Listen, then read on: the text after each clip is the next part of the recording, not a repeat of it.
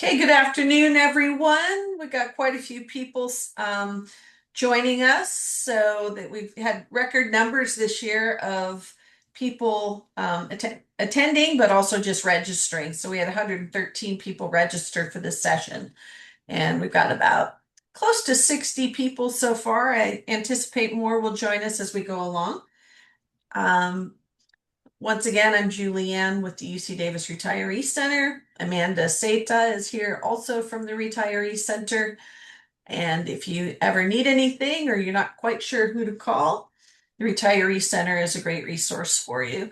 And I'll ask Amanda to put in our Retiree Center email and our main phone line so that if something comes up, you can reach out to us.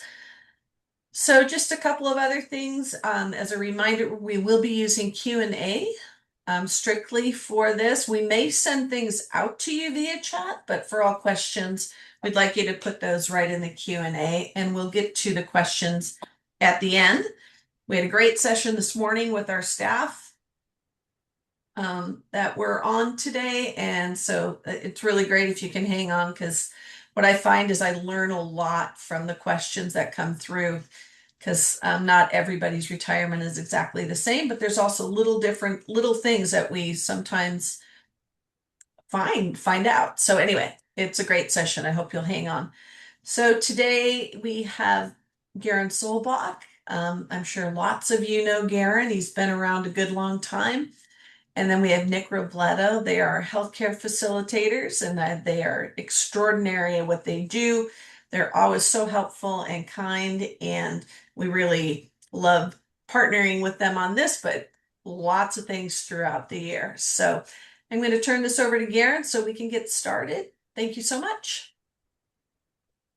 Good afternoon. Thanks for joining. I'm Garen Solbach, healthcare facilitator for UC Davis. I'm one of a two-person program. Nick Robledo and I are the two people at UC Davis who specialize in health insurance. We troubleshoot health plans. We help people with enrollment and coordination with Medicare. We help people with planning for retirement. We help retirees troubleshoot and coordinate Medicare. So we know a lot about retiree insurance. So Nick and I are going to try to share some of the information that we've gleaned over the years with you. I want to thank Julianne and the Retiree Center for being great partners. We don't have to advertise our own presentations anymore. We rely on the Retiree Center to advertise presentations that are pertinent to our retirees. And I really appreciate that. And they've been great to work with. Well, we are going to talk about health insurance after you retire today. Let's talk about what we're going to talk about, and that is we are going to get to the bottom of which health and welfare benefits you can continue into retirement. And if you look on UC Net, you may see this referred to as retiree health and home benefits. So they're kind of using some different lingo recently, but historically we call them health and welfare benefits. We're going to talk about what you can continue into retirement and what you cannot. We're going to talk about who is eligible for what. How much service credit do you need? What age must you attain? That kind of thing. We're going to talk about how much you'll have to pay and how you can calculate rates for retiree health insurance. But you also have to factor in how much Medicare costs. We're going to we'll have a whole section about Medicare. We'll take a little break right before the Medicare section, and then we'll get into all the rules and advantages and complications of Medicare, parts A, B, and D. I also want to address toward the end a section about the future. Is UC planning to cancel retiree health insurance? The answer is no, but I have a lot more to talk about in that regard. And then we'll also do a special shout out for those of you who might be retiring on July 1st this summer, because there are some things I want you to know, some of which everybody should know, and some of which the 7-1 retirees should know. And then we will conclude and have a lengthy Q&A section. So hopefully you can get your questions answered. And Nick is going to moderate the question and answer section. Now, in our earlier session, I had some internet connectivity problems. Nick in the next office did not. I can't explain it. I restarted my computer. But if I'm starting to cut out and you're not hearing everything I'm saying, I'm counting on Nick and the Retiree Center to warn me. All right, let's talk about exactly what you can continue into retirement. First of all, if you're eligible, you can continue medical, dental, and legal benefits into retirement. Now, I know that legal is not a health benefit. It's more of a welfare benefit, if you will, but I've included it on this slide because it is only medical, dental, and legal, those three plans where you can have your premiums deducted from your UC pension check. Okay? Medical, dental, legal, that's it. You can't have any other deductions other than tax withholding, as I understand it. So those are the special ones where you can have premium deductions. Vision service plan, no, you cannot pay for retiree vision service plan through your UC pension check. You have to make payment arrangements with vision service plan and pay them directly. So you need to give them a credit card or a checking account to deduct every so often. Uh, but you can't have it deducted from your UC pension check. So, how do you sign up for VSP? Well, medical, dental, and vision are essentially automatic. I said it wrong. Medical, dental, and legal are essentially automatic because they can be deducted. But with VSP, you have to wait for a letter that will come at some unknown time after you retire. We don't know when you're going to get this letter from Vision Service Plan offering you UC Retiree VSP. So I would suggest that you consider signing up for VSP during open enrollment instead. Let's say you're going to retire July 1st. If you're going to retire July 1st, you have Vision Service Plan coverage paid for by UC Davis through the end of July. That's because UC pays for an extra month of coverage when you retire. If you retire July 1st, your coverage does not end July 1st. It ends July 31st. So if you have until July 31st in that example to get you and your covered family members' eye exams and glasses done, then you don't need to wait for that letter. You can just make a note on your calendar to sign up for Vision Service Plan at the end of October. Maybe make a note for Halloween to call VSP and sign up for Retiree VSP then, because we don't know when you're going to get that letter after you retire, which makes it a little awkward to sign up when you retire, especially since retirees don't sit still. In my experience, retirees travel, travel, travel like crazy as soon as they retire. So you might not be near your mailbox. I want to give a heads up to those of you who have Kaiser. If you have Medicare and you have Kaiser, we're going to enroll you in Kaiser Senior Advantage. And Kaiser Senior Advantage includes a small $150 allowance towards glasses or contacts every 2 years. Uh, People tell me that Kaiser's glasses are still expensive, even when they're 150 off. So you may want to have VSP anyway, but I thought I should mention that in case you want to factor that into whether or not you purchase UC Retiree VSP, which costs about $13 a month for a single person and about $24 a month for two people.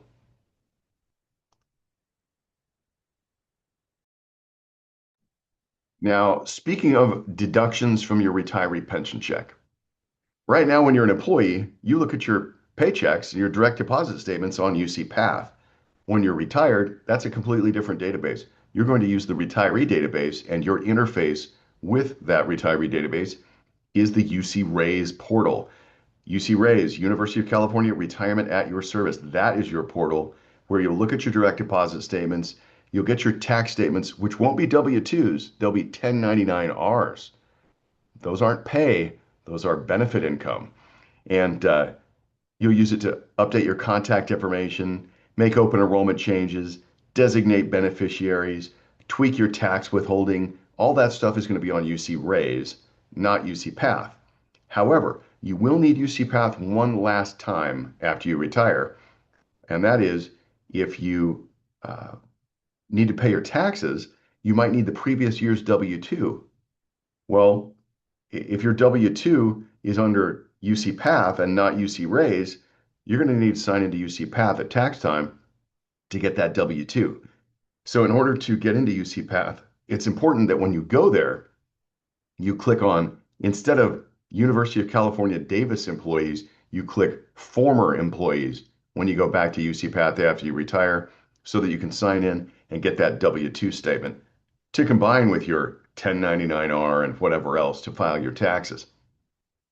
Now, when you look at your direct deposit statements on UC Raise, they are nebulously formatted. Okay, it is very difficult to read some of these things. So I'm going to give you a heads up right now Try to remember this. Someday when you're retired, you're going to look at your direct deposit statement and you're going to find that all the UC premiums and UC and your contributions as well are lumped into the same box on your direct deposit statement.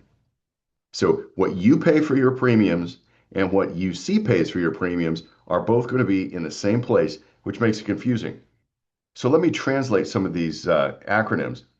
You would see a deduction for Med MBR Preem. That means medical member premium. Well, the member is the retiree, it's you. So if you see Med MBR Preem, that means your medical plan premium. That's what is deducted from your pension check. Don't fall for the thing that everybody else falls for, and that is people download their direct deposit statements as a retiree, and they think that the Med ER premium is what they're paying. ER means not emergency room, it means employer on your retiree pension check.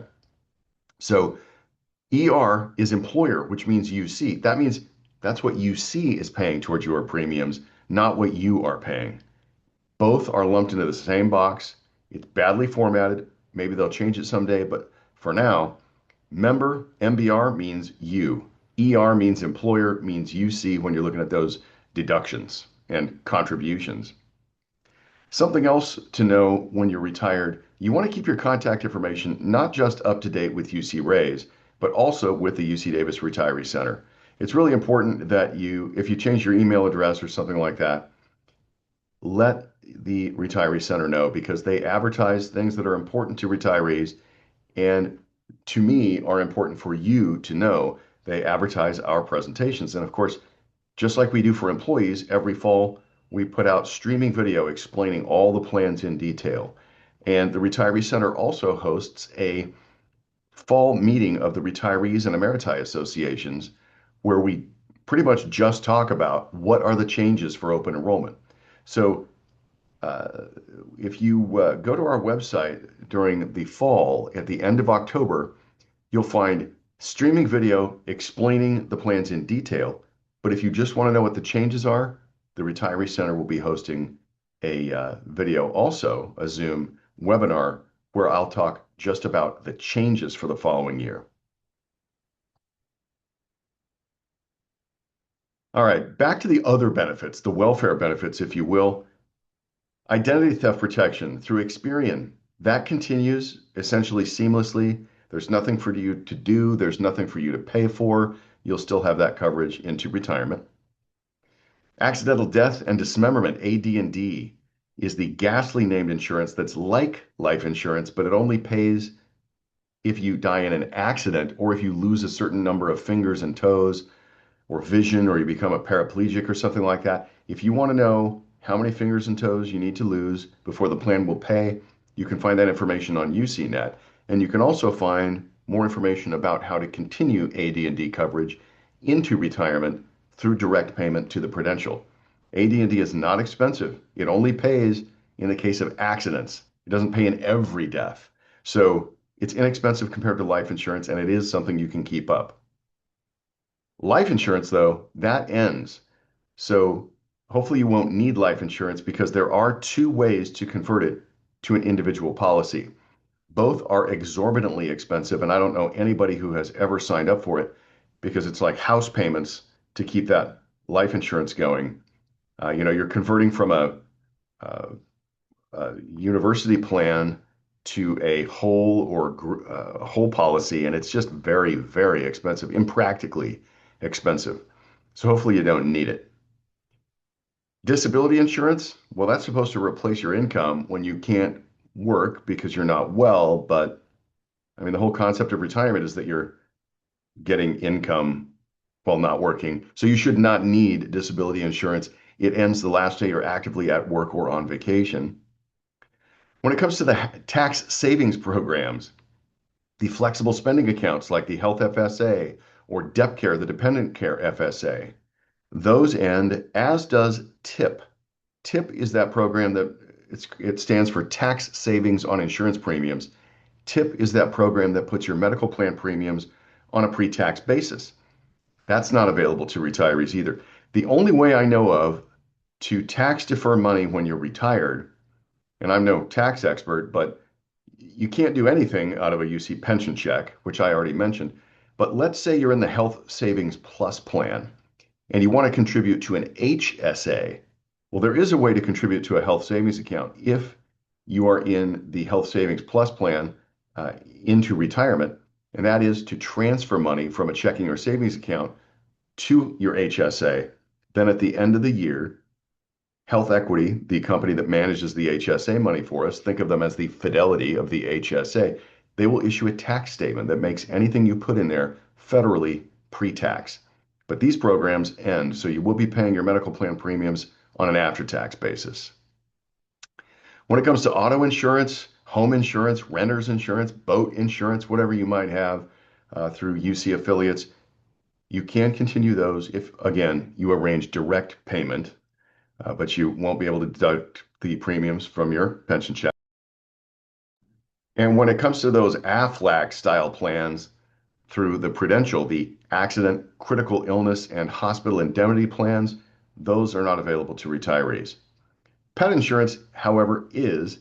If you want to make direct payment arrangements to Nationwide, you can keep that pet insurance going into retirement. All right, now let's get into eligibility. What does it take to get any of these benefits as a retiree? Well, you'll be eligible for a UC contribution towards medical and dental insurance into retirement if you have enough service credit through our retirement plan, and if you elect monthly retirement income within 120 days of terminating UC employment. Note that if you elect the lump sum cash out, you'll be saving UC money because you will be forfeiting health coverage through the university if you take a lump sum cash out. You must take the monthly pension in order to get the benefits. And you must do so within 120 days of terminating employment. You can't leave at, say, age 55 and then claim your pension at age 60. Let's say you're in the 1976 tier and age 60 is the ultimate age factor for you. You can't just turn around and claim that pension at 60 and get health insurance. No, the health insurance must be continuous. So you must retire within 120 days. Now, that 120 days, I wouldn't push it if I was you. I would retire the day after my last day on pay, unless I was in the 1976 tier and trying to take advantage of the inactive COLA. I trust that you've already been appraised of the inactive COLA by retirement plan experts. I am not a retirement expert, but you probably know that you need to retire on July 1st and separate on June 29th in order to take advantage of the inactive COLA. That's not a problem. But if you were to separate from the university and then wait 100 days before electing retirement, well, who's paying for your health insurance at that point? Well, no one would be. You need to have continuous coverage. So you'd be stuck paying COBRA continuation premiums during that time, paying 102% of the full premium. You're just asking for trouble if you make the retirement date that far away from your separation date. So I suggest that you don't do it. I think that they allow it in order to help people who might be just almost to a new age factor that might help them. So if they need to retire, but they're not quite to age 60 if you're in the 1976 tier, or age 65 if you're in the other tiers, that might give you a little more flexibility if you can't quite make it otherwise. Now, let's say you leave the university and you want to come back and get the health insurance as a retiree. You can do that if you separate from the university without retiring and you come back to work for us, but you would have to work in a UCRP eligible position for at least 12 months before you could then retire and get the health insurance. Of course, this benefit is not designed to make it, to encourage you to leave. This benefit is designed to keep you here. So if you leave and you come back and you are in a more generous tier for health insurance eligibility, and then you come back and you work for these 12 months, well, then you're going to be in the more recent eligibility group, and it's going to take you more service credit and a higher attainment of age than it would have otherwise. Plus, you didn't earn service credit the entire time you were gone, so it does not advantage you to leave and come back. But you can do it, of course. All right. When you're trying to figure out what percentage of the UC contribution you'd qualify for in retirement, you need to think about when you joined the UC retirement plan. And for those of you who started as, students or, staff positions where you weren't in the retirement plan, or you were a temporary employee for some reason, if you weren't quite earning service credit right away and you're trying to remember when did you join the retirement plan, well, think about when you got dental and vision insurance, because only retirement plan members get dental and vision insurance when they're working for UC. Now, it depends on when you join the retirement plan and not when you're hired. When you join the retirement plan, are you in Group 1, Group 2, or Group 3? If you joined the retirement plan before 1990, you're in the most generous eligibility group where you need hardly any service credit to be eligible for 100% of the UC contribution towards medical and dental insurance for yourselves and your family members. If you're in this eligibility group 1 because you joined the retirement plan before 1990, it only takes 10 years of service credit at ages 50 to 54 to get 100%. It only takes 5 years if you're 55 or older at retirement to get 100% of the UC contribution. Now, I'm going to talk a lot about what does 100% of the UC contribution mean as we go along. Don't worry about that. But for now, let's turn our focus to Group 2, the eligibility group that probably most people on this Zoom are in. I'm in Group 2 because I joined the retirement plan after 1990. If you joined the retirement plan on or after January 1st, 1990, but before July 1st, 2013, then you're in eligibility group 2. And if you're in eligibility group 2, you need 20 years of retirement plan service credit at retirement to get 100% of the UC contribution toward medical and dental. If you have less than 20 years, you may qualify for some percentage, but you may qualify under what we call graduated eligibility. So if you are subject to the dreaded graduated eligibility, the amount of the percentage that you get from UC towards your coverage is going to be on a graduated scale. The more service credits you have, the higher the percentage. The less service credits you have, the lower the percentage. And I will make that more clear on the next slide. But for now, let's take a look at this third group. Our newest employees may have joined the retirement plan on or after July 1st, 2013.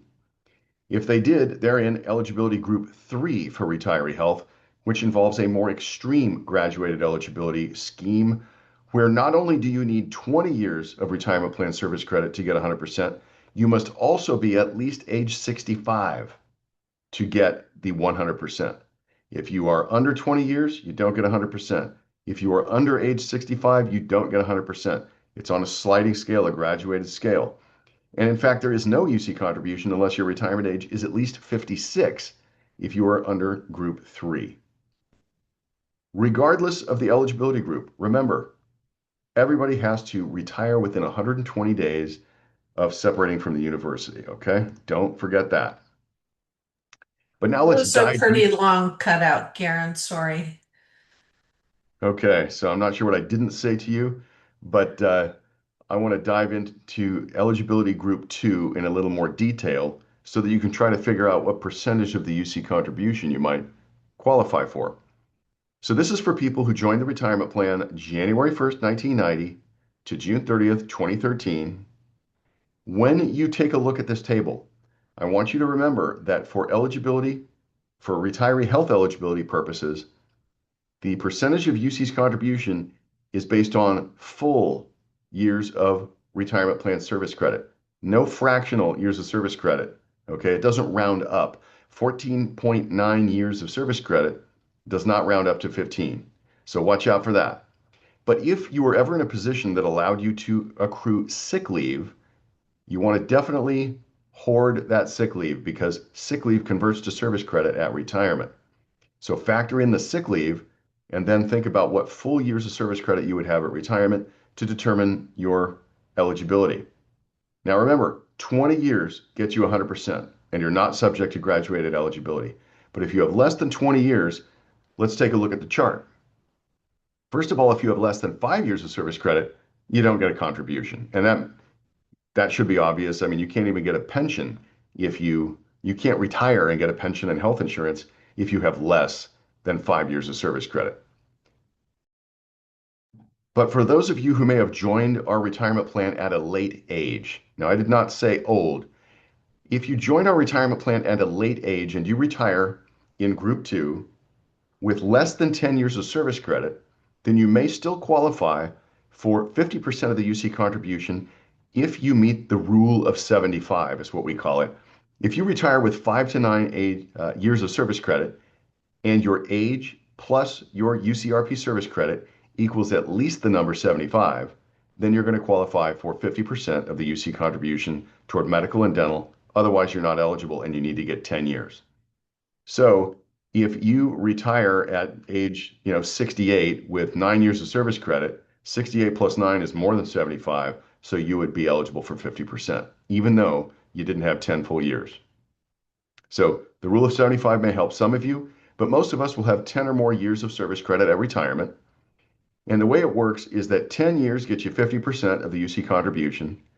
Then you get 5% for every year above 10, which tells you that 10 years gets you 50%, 11 years gets you 55%, 12 years gets you 60%, 15 years gets you 75%, 19 years gets you 95% of the UC contribution. Why not stay another year to get 20 years so that you're not subject to graduated eligibility at all, and you just get 100% of the UC contribution?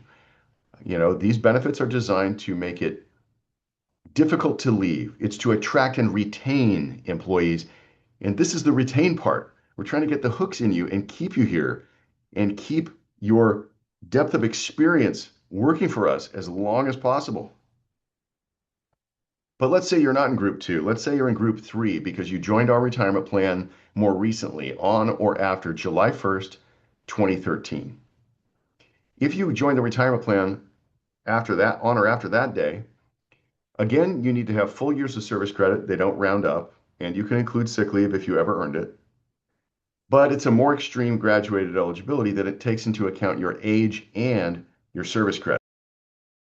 So if we look at the chart here, 10 years of service credit, if you retire at age 56, gets you 5% of the UC contribution.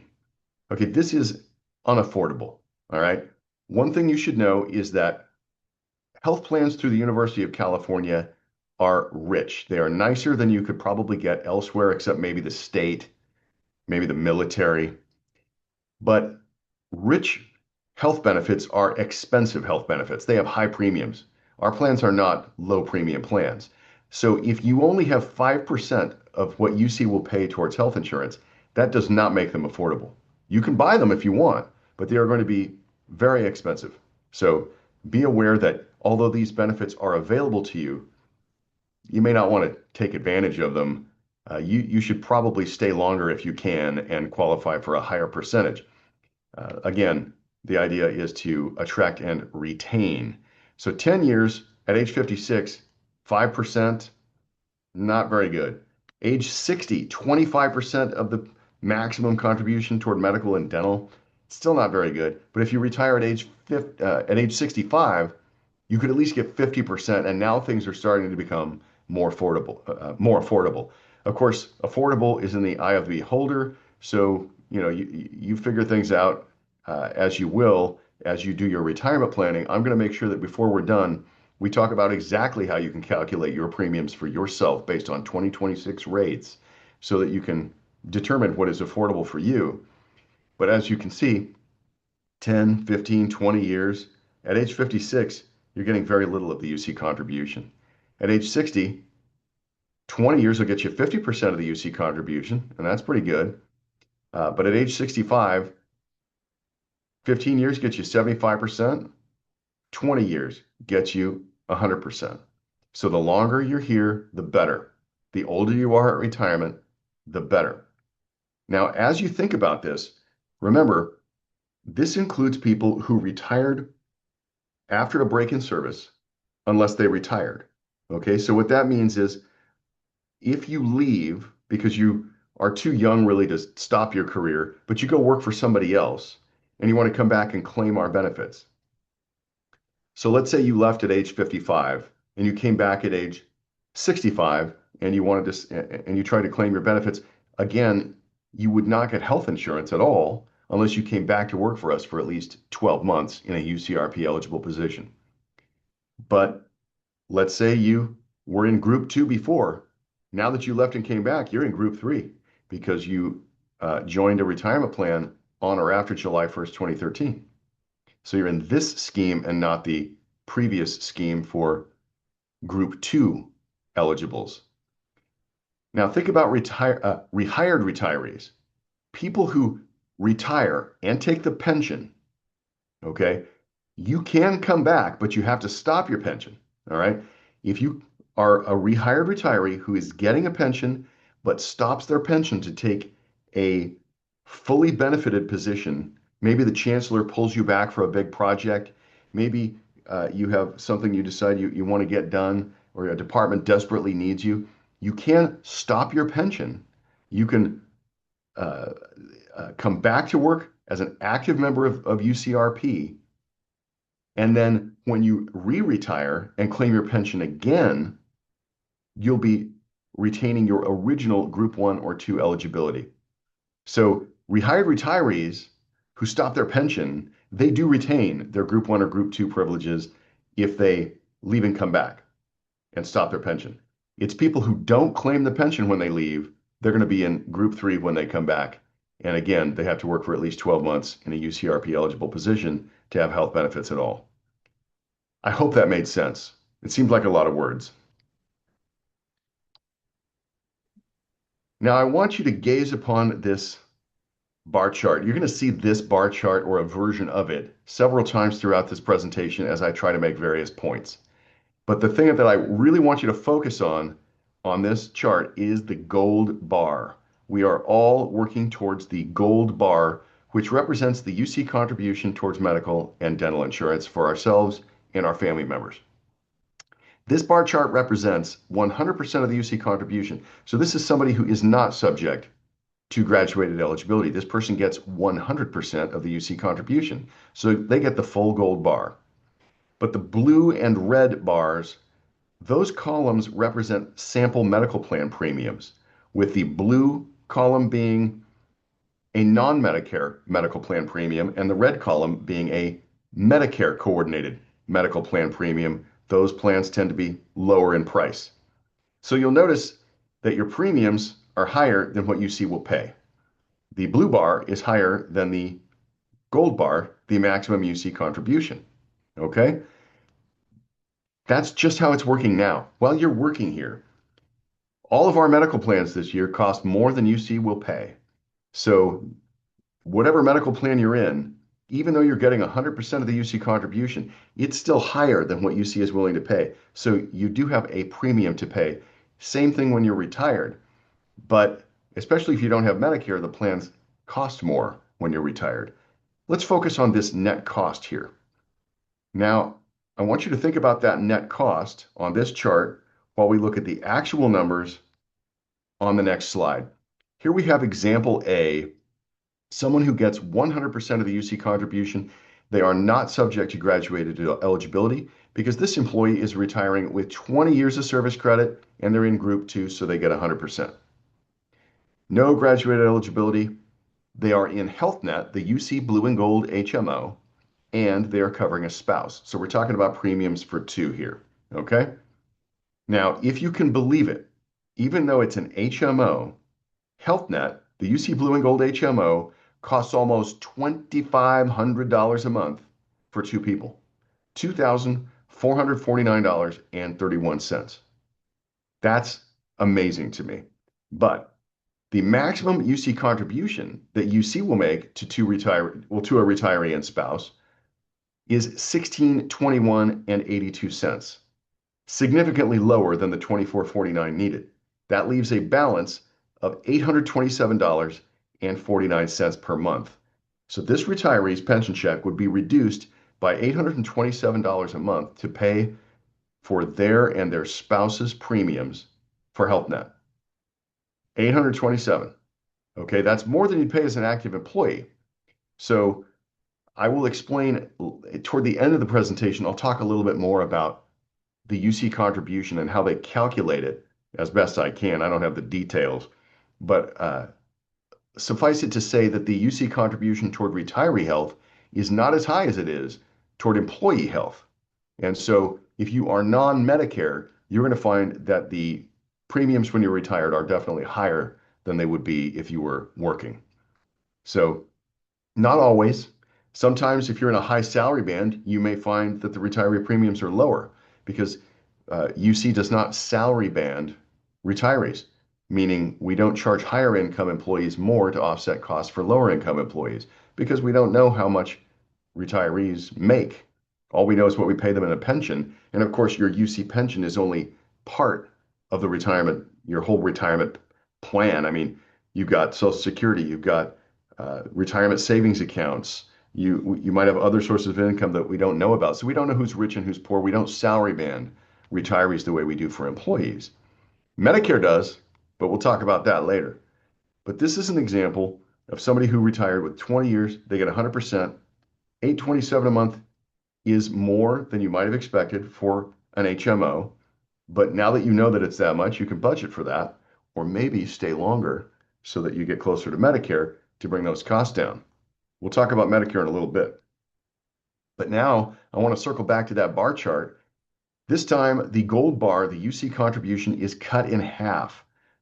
Here we are seeing an illustration of the gold bar set to 50% of the UC contribution. So unfortunately, in this example, Health Net still has to charge the same amount that they charged before. They can't charge you less just because you didn't work here longer.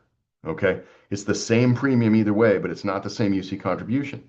So notice that the net cost for somebody who is subject to 50% of the UC contribution, it's a lot higher. It's like a lot higher. Even if you have Medicare when you retire, you're looking at a bigger net cost because you didn't work here as long, you're not getting as much of the UC contribution. Now focus on this net cost between the blue bar and the gold bar, and we'll circle back to the actual numbers. Here we have example B. This is for somebody who gets 50% graduated eligibility. So they're only getting 50% of what UC will pay. So this is an employee who retires with 10 years of UCRP service credit, and they're in group 2. So they're only getting 50% of what UC will pay. Again, they have Health Net, and they are covering a spouse. So it's kind of an apples to apples comparison, except for the 50% UC contribution. Well, Health Net still has to charge $2,449 a month for Health Net. But the UC contribution is cut in half. It's 50% of the $1,621.82 it was before. It's down to $810, which means that this retiree's pension check would be deducted by $1,638.40 per month for 2 people to have Health Net. Okay? If this does not convince you to stay here longer, I don't know what will, but that's a shocking number. I mean, you can rent a house for that much. So keep that in mind as you're working here. Hopefully you work here longer and get a higher percentage of the UC contribution. Now I'm going to tell you how to calculate these rates for yourselves in more detail. But before we get into the premiums and how you calculate them, I want to say some general things about retiree health plans overall. First of all, you're looking at essentially the same menu of medical and dental plans that you had as an employee. There isn't some wildly different menu, but there are differences due to Medicare that I will point out as we go through this presentation. But it's pretty much the same medical and dental plans. It's even the same eligibility rules for family members. UC covers employees and retirees, spouses and children and domestic partners and grandchildren who live with you and are your tax dependents and overage disabled dependents who were permanently disabled prior to age 26. All those rules are the same for employees and retirees. So don't worry about that being confusing. It's the same. Something else is the same. You must occasionally verify or re-verify that your family members are still legitimate family members for coverage through that company, Unify HR, that will occasionally contact you, co-branded with UC logos.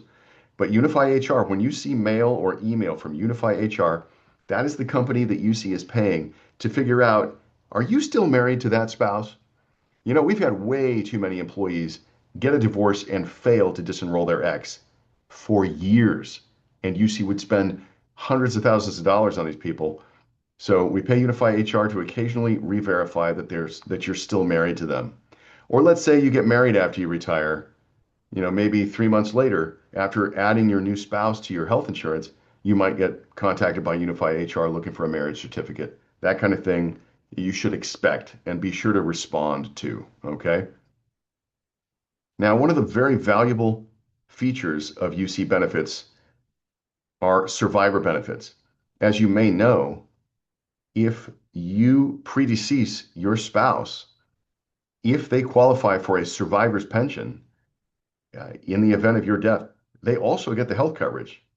So this is a very valuable piece here. Something that's special is that, let's say you retire and you have your spouse automatically gets 25% of your pension, I think it is, and you can choose to name them a contingent annuitant and get them more. But if they get any percentage of the UC contribution, they're going to get health insurance eligibility too if it's there. So this is a very valuable benefit because it lasts a lifetime. Now I have a little informational logo here to give you a heads up about something. If you can remember this, I want you to try to ignore a couple of letters. I'm warning you about this because I get a lot of calls from people who, you know, they get these letters, their heart stops, and they call me because they're very concerned. These are letters that we cannot easily suppress. So let's say you're going to retire and you will be eligible for retiree health coverage. And you get a letter from your medical plan saying that your coverage has been terminated. Guess what? That's normal. That's normal because UC Davis stops paying for your coverage. UC PATH and UC Davis stop paying for your coverage when you retire. It's the UC retirement system in Oakland that pays for your retiree health coverage. So when your medical plan finds out that you're going to no longer have coverage through UC Davis, they are required to send you this letter saying that you've been terminated because according to the law, it's not supposed to be a surprise to you. Okay. So you're going to get this letter. Just ignore it. If you're going to be eligible for retiree coverage, you don't need the letter. But if you're not eligible for retiree coverage, you will need the medical plan termination letter in order to get coverage through other sources. So that's why that letter is sent out to you. Just tune it out. Recycle if you're going to be eligible for coverage as a retiree. Similarly, a company called WEX, W-E-X, is a third party that UC uses to administer COBRA continuation. COBRA is an act of Congress that says you get to keep paying for health insurance that is specific to your employer for a little while after you lose that coverage. You get to keep it, you pay for it entirely yourself, but you get to keep it for a little while. Well, you have no need for COBRA continuation if you're going to be eligible as a retiree. So just tune out that COBRA continuation offer from WEX. Somewhere in the letter, it should say, if you're a retiree with health insurance through the retirement system, please disregard this letter. But that language is buried. So now you know. These are two letters that I don't want to stop your heart. Tune them out, recycle. I mentioned it before, but retiree health plans are not salary banded, meaning there is no income scale that determines your medical plan premiums. What determines your medical plan premiums is the plan that you choose, how many family members you're covering, whether you have Medicare, and of course, whether you're subject to graduated eligibility, but not your income. So be aware of that. But retirees also can change health plans. Okay. You get open enrollment, same as employees do. It's the same open enrollment every fall. It's always the end of October. Then it always ends the Friday before Thanksgiving, just like it did when you were an employee. Okay.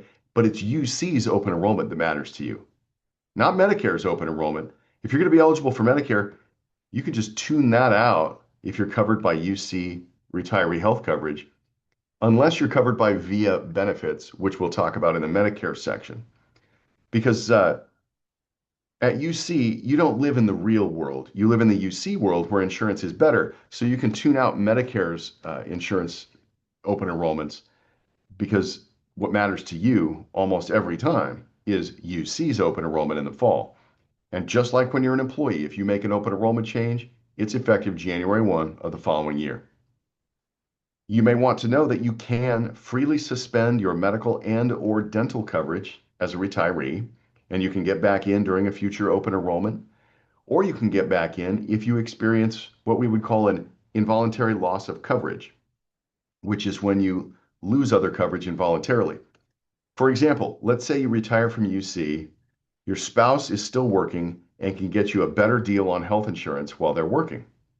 So you suspend your UC coverage and you go on your spouse's coverage. Well, when that spouse retires, they lose coverage.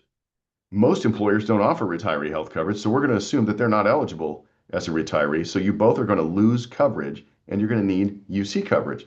Well, even if your spouse voluntarily retires, we consider the loss of coverage to be involuntary and we'll sign you up here. But you do have to take action within 31 calendar days as of the date that you lose coverage. Better yet, let's take care of the paperwork early if you can, okay? Get in touch with me, get in touch with Nick. We help retirees with their health benefits all year long, and we can help you with your life events that may come up. We can help you with the paperwork, the Medicare enrollment if necessary, etc. Now, let's say you are married to a UC employee. You may wonder if one of you retires and the other one continues to work, can the person who continues to work add the retired spouse? And the answer is yes. UC Path will allow you to add the retiree to your coverage. That's useful to know, especially if you're not eligible for Medicare yet. Retiree rates tend to be higher than employee rates if you don't have Medicare.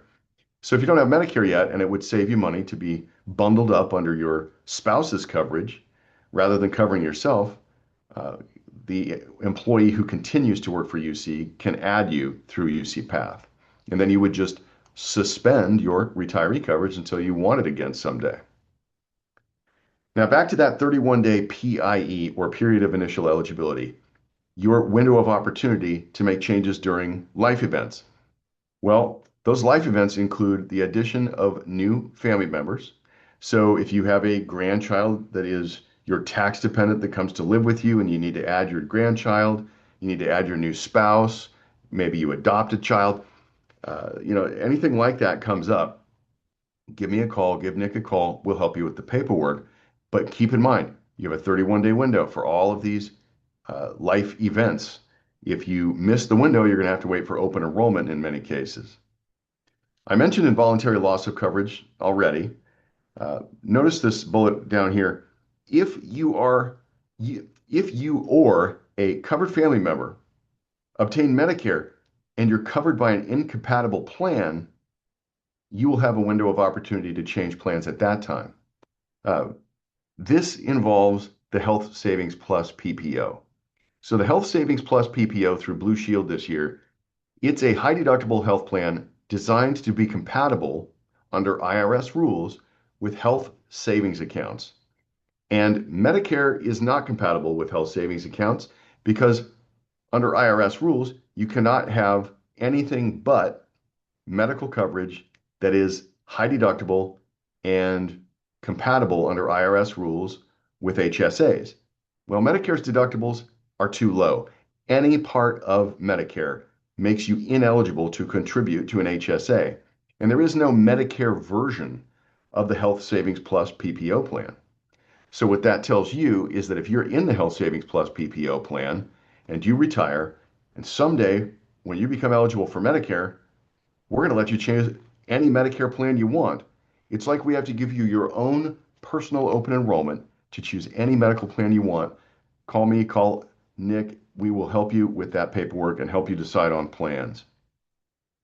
Something else to know, since retirees do not sit still, in my experience, if you are going to be outside the service area of an HMO, then be aware HMOs are not really health insurance, they are prepaid medical plans.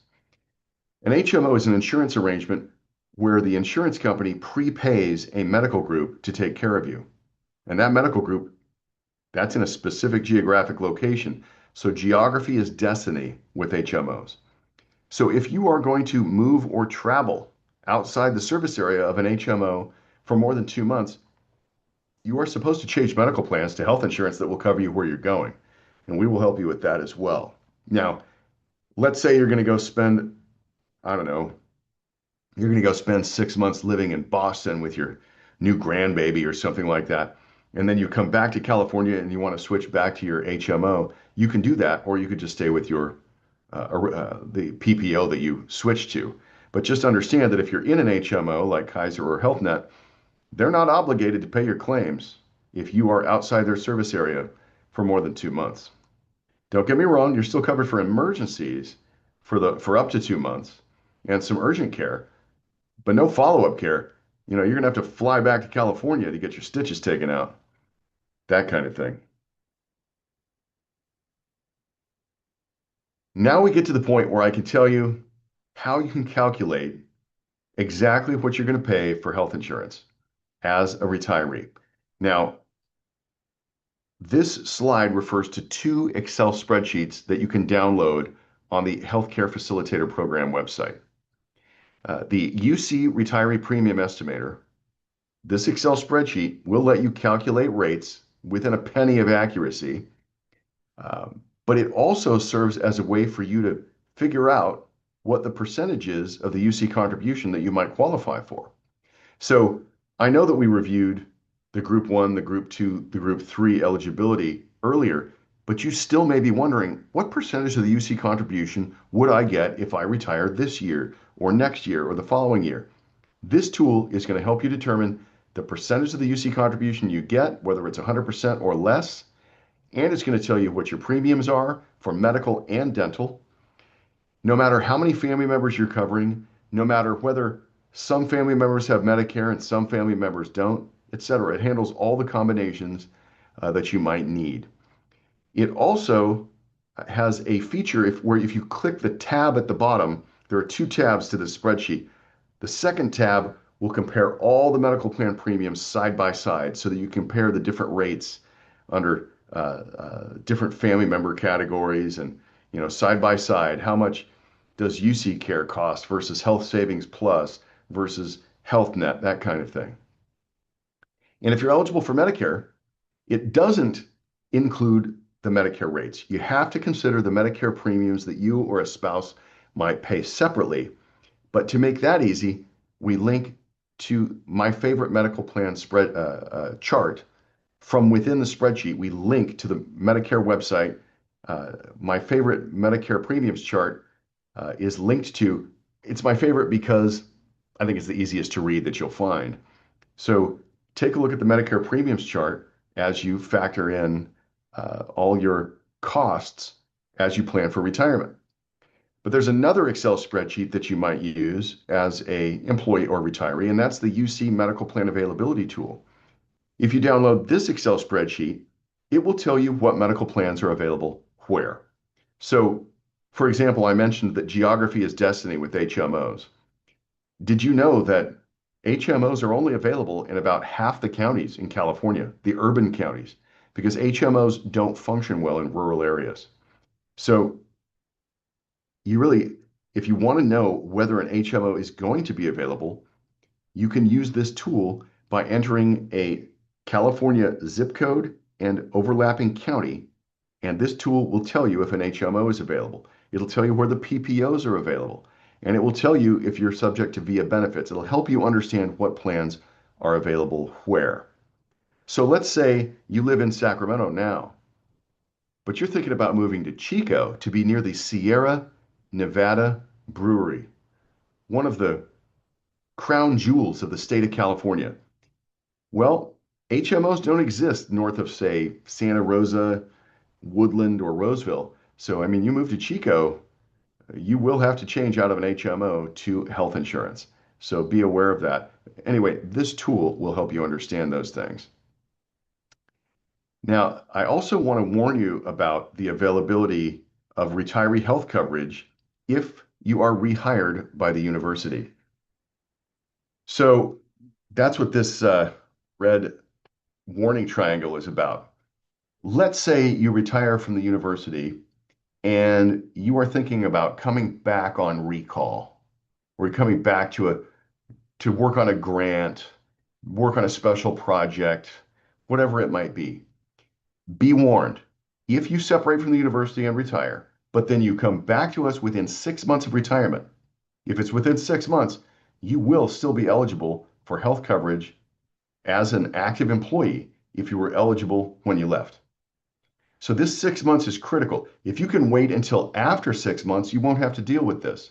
But if you come back within 6 months of retirement, UC is going to have to stop your retiree medical coverage, and you'll need to get your coverage through UC Path. So you won't be able to keep your retiree plan.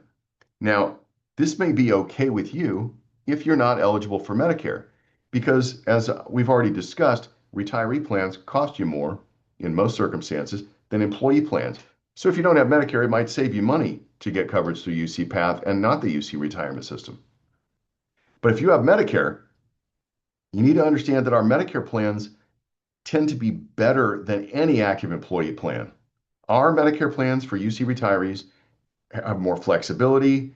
They're just better in several ways than any active employee plan. You would be forced to give that up and get coverage through UC Path. You'd have to decide, oh, do I keep paying for Medicare? Do I not? And you might only be eligible as a rehire for coverage through UC Path for maybe 3 months or 2 months. It's a lot of work. It's a lot of work. Okay. So understand that if you come back within 6 months, there's a lot of things you need to be thinking about. But not everybody has all the answers. So we will try to help you with these things. Nick and I can see both sides. We can see the UC Path database, we can see the retiree database, and we can try to help you navigate this kind of rehired retiree situation. And we'll try to minimize hassle and blips in eligibility and that kind of thing. But it's very difficult to determine who's going to be eligible as an active employee because the Affordable Care Act laws that make people eligible, they're very complex. So it can be tricky. So for simplicity's sake, if you can come back after 6 months, if you come back and you're 43% or less, you will not be eligible for health insurance as an employee, and you won't have to deal with all of these complications. But again, if you're going to come back within 6 months, give us a call. Let's put our heads together and figure out what you need to figure out. Now, next, we are going to talk about Medicare. This is what a Medicare card looks like. It's red, white, and blue. It is thick paper. It's not hard plastic. So when you get it in the mail, you may not even realize it because this card is thick paper, not plastic.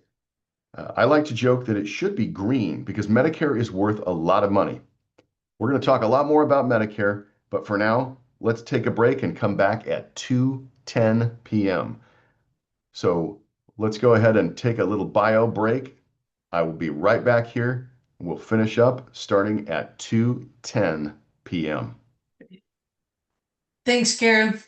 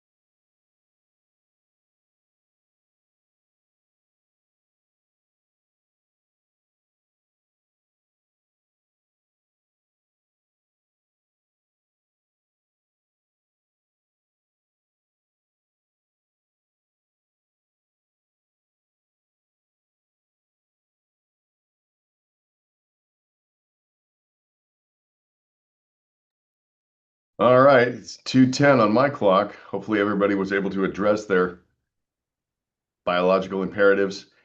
So this is a Medicare card, worth a lot of money. Let's get into it. For those who are unfamiliar, Medicare is the federal health insurance program for those over age 65. You can also become eligible for Medicare if you are disabled and getting Social Security disability income for 24 months. You get Medicare early. Or if you have permanent kidney failure, or if you have certain diagnoses like ALS or black lung disease, if you're a coal miner, that kind of thing, you may be eligible for Medicare through some ghastly ways prior to age 65, but most of us will get Medicare at age 65. Now, it is the primary insurance for most retirees, but it's secondary for employees. And that's going to matter as we go through the presentation. You'll see what I mean. There are multiple parts of Medicare. Medicare Part A is the part of Medicare that is free and pays for hospital care. So it pays for facility fees in a hospital or skilled nursing facility. So Part A is free if you paid into Social Security for at least 10 years, or if you married wisely and you married somebody who paid those taxes themselves. So Part A, the free part of Medicare. Part B, not free. Medicare Part B is the medical part of Medicare, which means that it pays for physician fees in and out of the hospital, but it also pays for a lot of things that are outpatient that are not drugs. The outpatient drug benefit under Medicare is Medicare Part D as in drugs, which we will talk about later. But for now, understand that Part B pays for physician fees, ER, imaging, lab work, durable medical equipment, like if you get a CPAP machine or something like that. Those are the kinds of things that Medicare Part B will pay for. But it's not free. You're going to have to pay at least $202.90 per month to have Medicare Part B in 2026.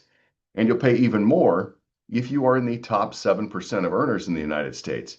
Social Security charges high earners more to offset costs for the low income. So you really need to watch out for this because if you're in the top 7%, you're going to pay a lot more for Medicare, and you may not see it coming because, in my experience, tax advisors and financial planners, this doesn't seem to be on their radar, but the rates can be quite high, and you'll find them easily on Medicare.gov, or if you go to my spreadsheet and click on the link that I talked about. But understand that most of us will pay $202.90 per month for Medicare, so about $203 a month. But if your income from 2 years ago was too high, then you pay more for Medicare.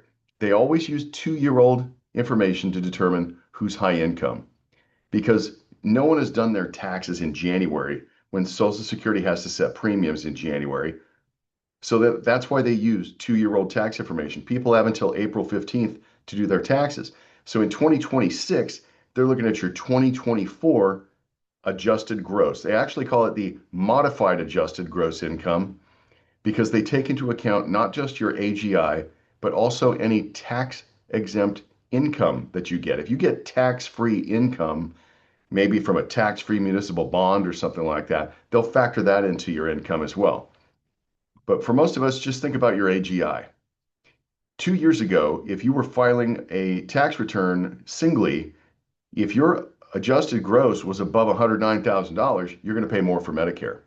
And if you're a couple filing jointly, double that to $218,000, and then you're paying more. And it's a sliding scale, and it gets up pretty high. So if you're high income, you may want to pay a little attention to the Medicare premiums that you'll be paying someday. Now, because they're always using outdated information, Social Security has an appeal process. There's an appeal form. We will help you find the appeal form if it comes to this. But long story short, the appeal form will let you convey to Social Security if your adjusted gross income in 2026 is expected to be lower than it was in 2024 because you retired, then you should be able to lower your Medicare premium. But you'll have to look at the Medicare premiums and the appeal form to see if you think it's worth filing an appeal. but there is an appeal process. Otherwise, your Medicare premiums will be automatically adjusted with a 2-year lag every year. Now, if you're somebody who's doing a Roth conversion, I've had several people who did Roth conversions, you know, close to being eligible for Medicare and retiring. And guess what? Any taxable income can affect your Medicare premiums. So watch out for that. I've also had people who were retired and they took a bunch of money out of their 403(b) plan to replace their leaking roof. 2 years later, they had to pay more for Medicare for an entire year. So watch out for that. Your income does affect your Medicare premiums. But I hope that you all have Medicare high income premiums known as IRMAA, IRMAA, Income Related Monthly Adjustment Amount. I hope you all pay IRMAA premiums because it means you're doing better than 93% of America and you are patriots. Patriots subsidizing the 50% of America that makes less than $50,000 a year or whatever it is on Medicare. You're helping the low income when you pay those premiums. Something that I really want you to know, and I've already said it once and I'm going to say it again because it's important about Medicare, is that Medicare's open enrollments are not important. It's UC's open enrollment that matters. Unless you're covered by VIA benefits, which we will address later, I really want you to focus on the UC open enrollment each fall. If you are anywhere near age 65, you have been blitzed with marketing for Medicare plans. Every insurance company out there knows how old we are, and as we approach age 65, they send us mailings, they advertise on TV, the radio, billboards, etc. All those insurance companies, they want your business, they want your Medicare. I want you to ignore marketing for non-UC Medicare plans because they're useless to you. UC custom Medicare plans are nicer than any of those that are being marketed to you. Okay?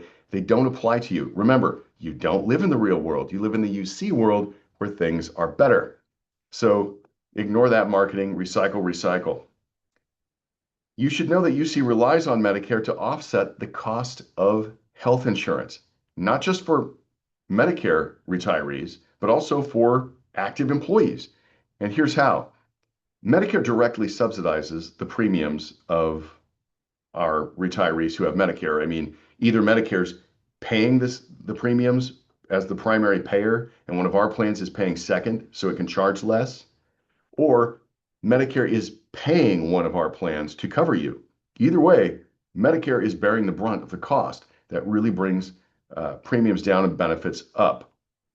But that doesn't just benefit retirees, it also benefits active employees because the active employee risk pool of all the active employees and retirees, I should say, that are non-Medicare, that are in our UC Care and our Health Net and our Kaiser plans and our Health Savings Plus plans, all the non-Medicare people are in the same risk pool.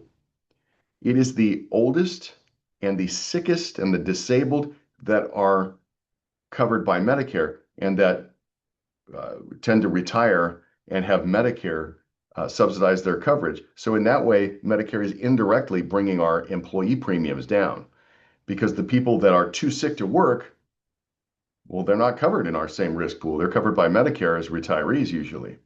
So it's very, very important. And as you will see, because Medicare is so valuable, UC has lots of fussy rules around Medicare, which we'll talk about in a moment. And another thing that you should focus on, even if your Medicare premiums are high, because you're high income, our Medicare plans are generally better. They have better coverage in many ways, and they generally cost less. So you tend to be advantaged by having Medicare.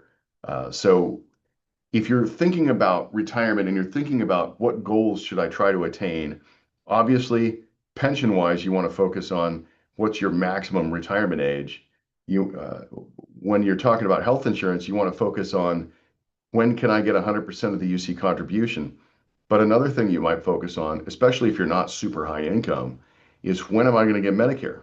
Because at age 65, the benefit, the medical plans are better and cost less for most people, except the high income. Now, I want to show you this chart, which shows on the left the non-Medicare versions of our plans. The right side of the chart shows the Medicare versions of the same plans. We call them Medicare partner plans. They're the Medicare versions of their non-Medicare counterparts. This chart also illustrates what happens when retirees are in what we call mixed Medicare families. That is, some family members might have Medicare, some family members might not. So let's take a look at the chart here.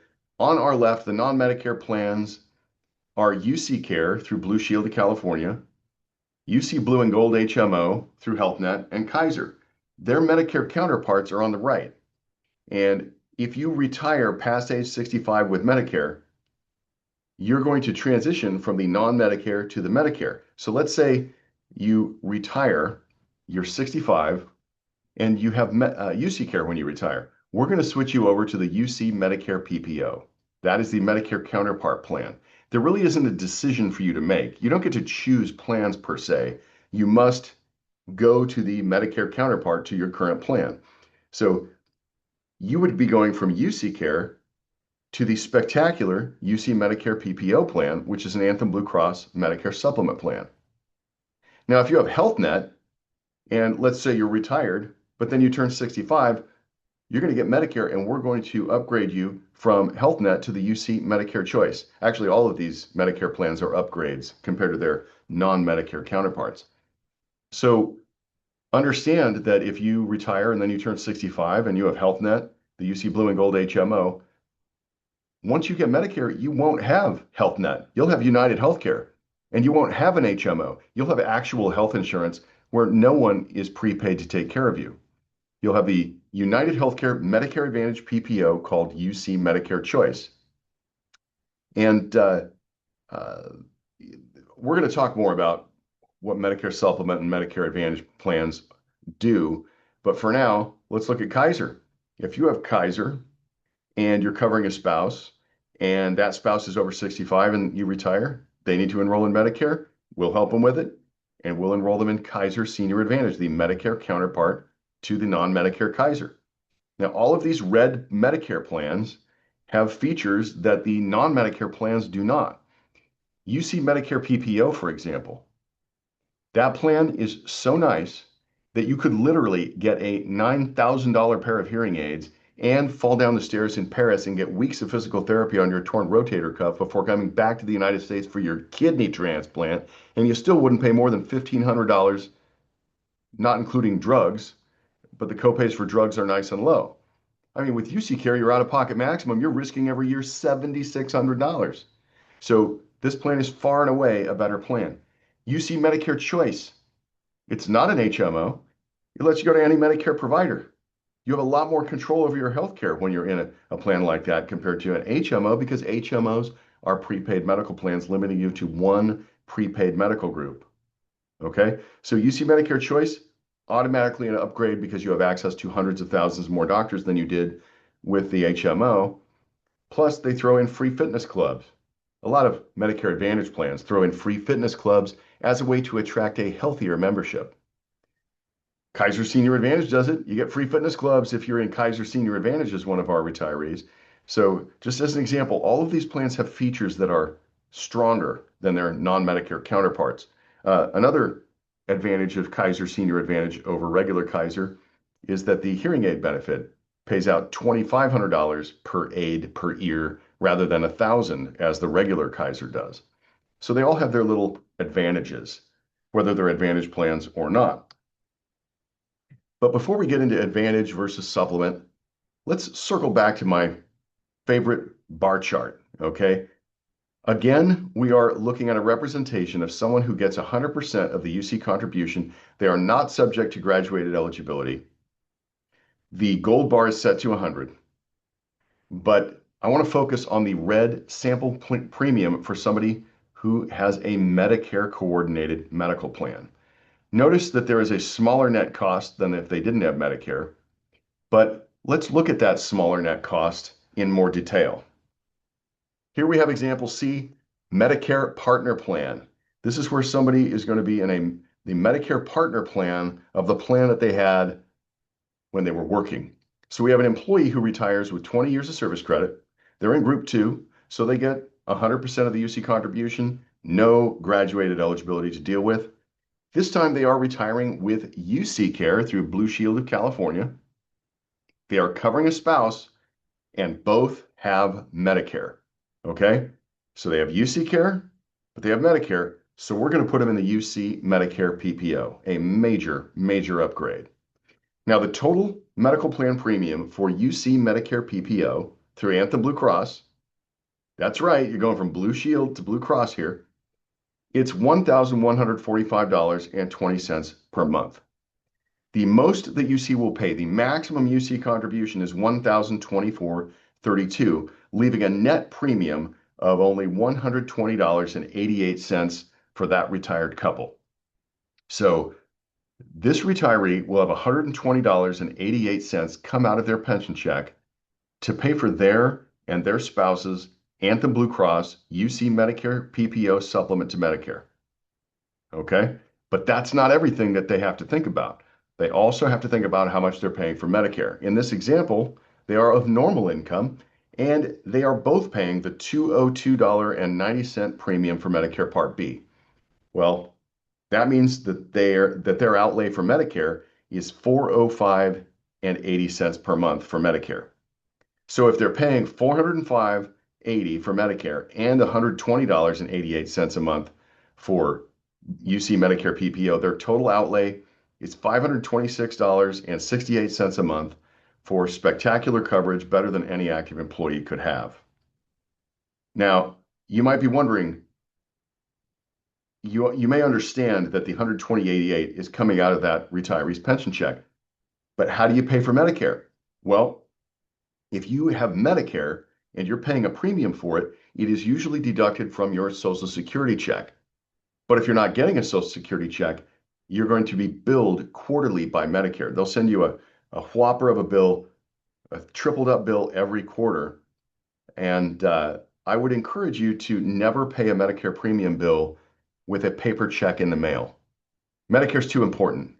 If your check gets lost or stolen and your Medicare gets canceled, it is a nightmare, trust me.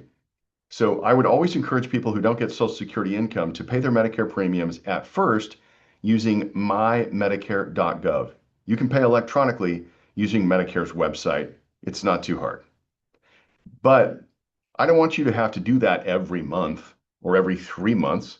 I want you to set it and forget it. And the way that you set it and forget it when you have Medicare and you're not getting Social Security income is to set up what's called Medicare Easy Pay. That's Medicare Easy Pay. That's easy like Sunday morning, not easy like the tax form. If you do a Google search for Medicare Easy Pay, you'll find that it takes 6 to 8 weeks to set up, but you can set up automated electronic payments. You can set it and forget it and just not deal with it again until you finally do get Social Security income. And then your Social Security income, that's where they'll deduct your Medicare premiums and you'll be done with Easy Pay. Okay? Now we're back to the bar chart. Again, we are representing 100% of the UC contribution. And again, the gold bar is at the 100 level, but you'll notice that the red bar is lower than it was in the previous example. The sample medical plan premium for someone who has Medicare is now lower than it was in the previous example and lower than the gold bar. This can happen if you choose an inexpensive Medicare medical plan. You can choose a plan that costs less than what UC is willing to pay. And if you do that, because UC requires retirees to enroll in Medicare, not employees, but UC requires retirees who are covered to enroll in Medicare, if there's any money left over, UC is going to add it to your pension check. We call it Medicare Part B reimbursement. Medicare Part B reimbursement only occurs if you are in the least expensive plans and you get plenty of the UC contribution. But here's an example in real numbers. Oops, let me get this slide to advance. There we go. Here we have our last example in detail, example D, the Part B reimbursement example. Here we have an employee who retires with 20 years of service credit. They're in Group 2. They are not subject to graduated eligibility. They get the whole shebang. This time, the retiree is enrolled in Kaiser and is covering a spouse. So this time we're talking about two people in Kaiser and both have Medicare. So of course, we are going to upgrade them from Kaiser to Kaiser Senior Advantage. When you're in a Medicare Advantage plan like Kaiser Senior Advantage, Medicare is paying the Advantage plan something like $1,000-ish per month, whether you're sick or not. So Kaiser's getting $2,000-ish a month in this scenario, and therefore can lower its premiums significantly. Notice that the total premium for Kaiser Senior Advantage for two people, $483.74, far lower than the other premiums we've been talking about. The maximum UC contribution is the same though. It's $1,024.32. So there's money left over after UC pays the premium. Now that money is going to be used for Medicare Part B reimbursement because this couple isn't paying for Kaiser. There's a zero premium for Kaiser in this example from this retiree's pension check, but they do have to pay for Medicare. So this couple is paying $202.90 each for a total of $405.80 separately from their Social Security income or however. But UC is going to reimburse them $370 a month as a credit on the retiree's pension check because the maximum UC contribution, $1,024 a month, is much greater than the $483.74 premium. So there's $540 left over after UC pays the premium. But there is a maximum, there is a cap on what UC will reimburse in 2026, and that is $370. So this person gets $370 credited on their UC pension check to offset their $405.80 Medicare premiums for the two of them. That means the net cost to this couple is only $35.80 a month, $36 a month for better coverage than they had while working. That's how it can work, but only if you choose a cheap retiree plan with Medicare. Now, because Medicare is so valuable, UC has requirements for retirees, not employees, retirees. Retirees and their covered family members must enroll in Medicare Part B if they're enrolled in medical insurance. I mean, if you're not in one of our medical plans, we don't care. But also if you live in the United States, Medicare doesn't pay outside the US. If you're outside the US, you're going to be in Health Savings Plus or you're going to be in UC Care, but Medicare is not going to help you. And if they are eligible for Medicare Part A for free, okay? So retirees who are covered by our medical plans and live in the US, if they can get Medicare Part A for free, then they must enroll in Medicare Part B. So I want you to remember it this way, and this is true for retirees and their covered family members. If A is free, I must have B if I'm a retiree. If A is free, I must have B if I'm a retiree. That's how it works. Now, there are exceptions. If you retired past age 65 before July 1st, 1991, there were different rules back then, and you didn't have to have Medicare. But otherwise, if A is free, you got to have B, so you have to pay for it. So budget that in. Now, I've got a warning, scary red triangle here to warn people, those who retire past age 65 and fail to enroll in Medicare timely may be subject to lifetime late enrollment penalties when they do enroll in Medicare late. Now, remember, this is people who retire past 65. If you are continuously covered by health insurance through active employment, Social Security does not require you to enroll in Medicare. I mean, UC doesn't require employees to enroll in Medicare at all, but Social Security will not penalize you if you don't enroll in Medicare at 65 or when you first became eligible for it, you know, if you had kidney failure or something, as long as you were continuously covered by health insurance through an employer, through your own employment or the employment of a spouse. Not domestic partner, spouse, okay? So that means that when you retire, even if you're not eligible for retiree health coverage, if you don't have another employer lined up that's going to cover you, if you retire past 65, you better enroll in Medicare or you're going to have late enrollment penalties later that never end. Okay. It's a 10% late enrollment penalty for every year you did not enroll in Part B after age 65. Yeah. And so just avoid all that. Make sure you enroll timely. And if you're not sure about all these rules, you know who is? Nick and I, we're very familiar with these rules. Lean on us, okay? You turn 65 once. We deal with Medicare all the time. You retire once. Well, mostly people retire once. We deal with this stuff all the time. Let us make this easier for you. We'll make sure to steer you around the potholes and keep you out of trouble. Now remember, UC does not require active employees or their covered dependents to enroll in Medicare. Now, strategically, you may want to enroll in Medicare while you're an employee. Just remember, Medicare is going to be secondary unless we're talking about a domestic partner. Heads up, here's another scary red triangle warning for you. Domestic partners of active employees are probably going to have to pay late enrollment penalties if they do not enroll in Medicare at age 65 or when they're first eligible. Okay, they need to check with Social Security to see if they can defer their Medicare enrollment without a penalty. Not spouses, domestic partners. There's your heads up for domestic partners, okay? Something else that may not be intuitively obvious. I mean, I've kind of said it before, but I'm going to say it very clearly now. Maybe you didn't pay into Social Security because you have been working for us since before the mid 70s when Social Security became mandatory. So maybe you've never paid into Social Security. You may still be eligible for Medicare if you ever married, because you could be eligible for Medicare Part A for free through a current, a former spouse, a deceased spouse. It could be an ex that you hate, and you may still get Medicare Part A for free, even if you didn't pay into Social Security yourself.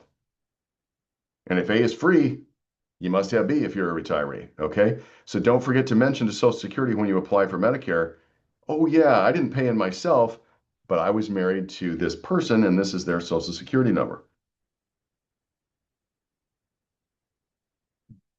So I talked a little bit about Medicare Supplement and Medicare Advantage plans.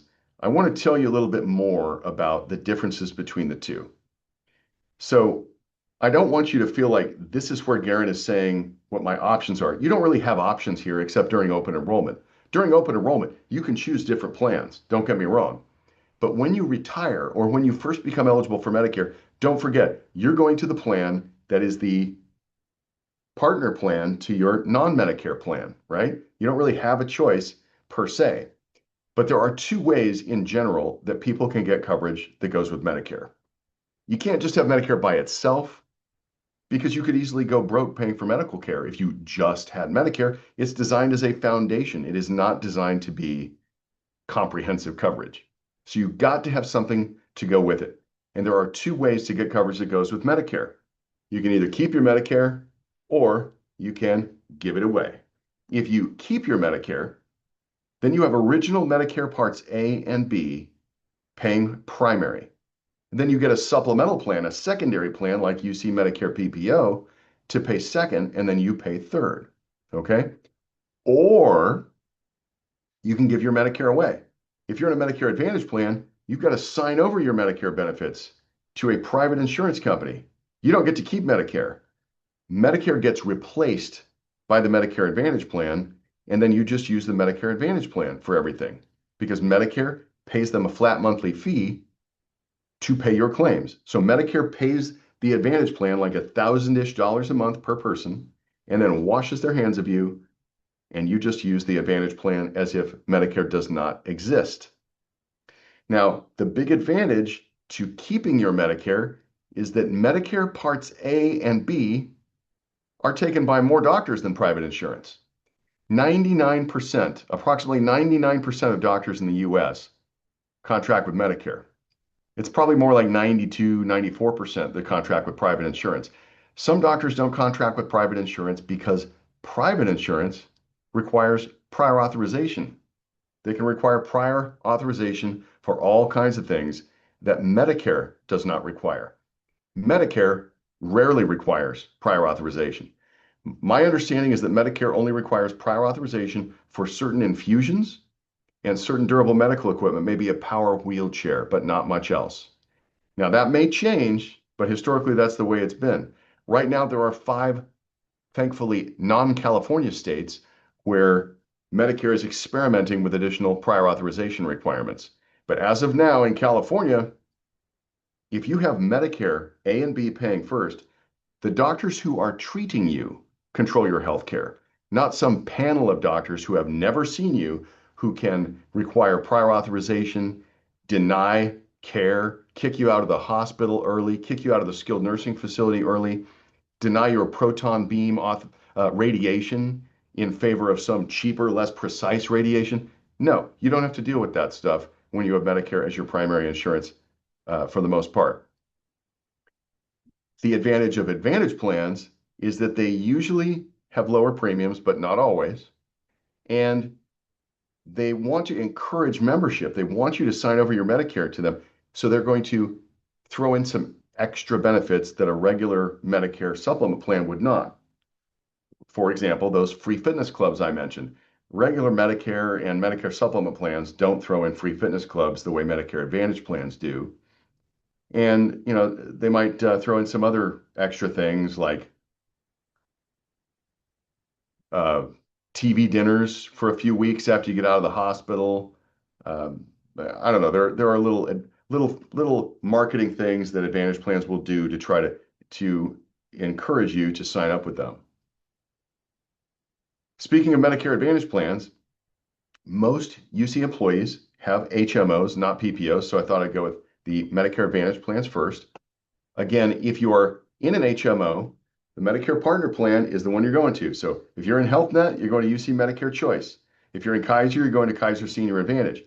If you're enrolled in an HMO, when you get Medicare Parts A and B and you're a retiree, you must sign over your Medicare benefits. You must give your Medicare away to the private insurance company. And you've got to do that by form. Now, if you turn 65 after you retire, you'll be able to do an interactive form on UC Raise without doing paper. If you are 65 before you retire, there's going to be paper. Either way, Nick and I will help you with this stuff. Call us 3 months before you turn 65 or 3 months before you retire. Now, Medicare cannot be used separately from the Advantage plan. Okay?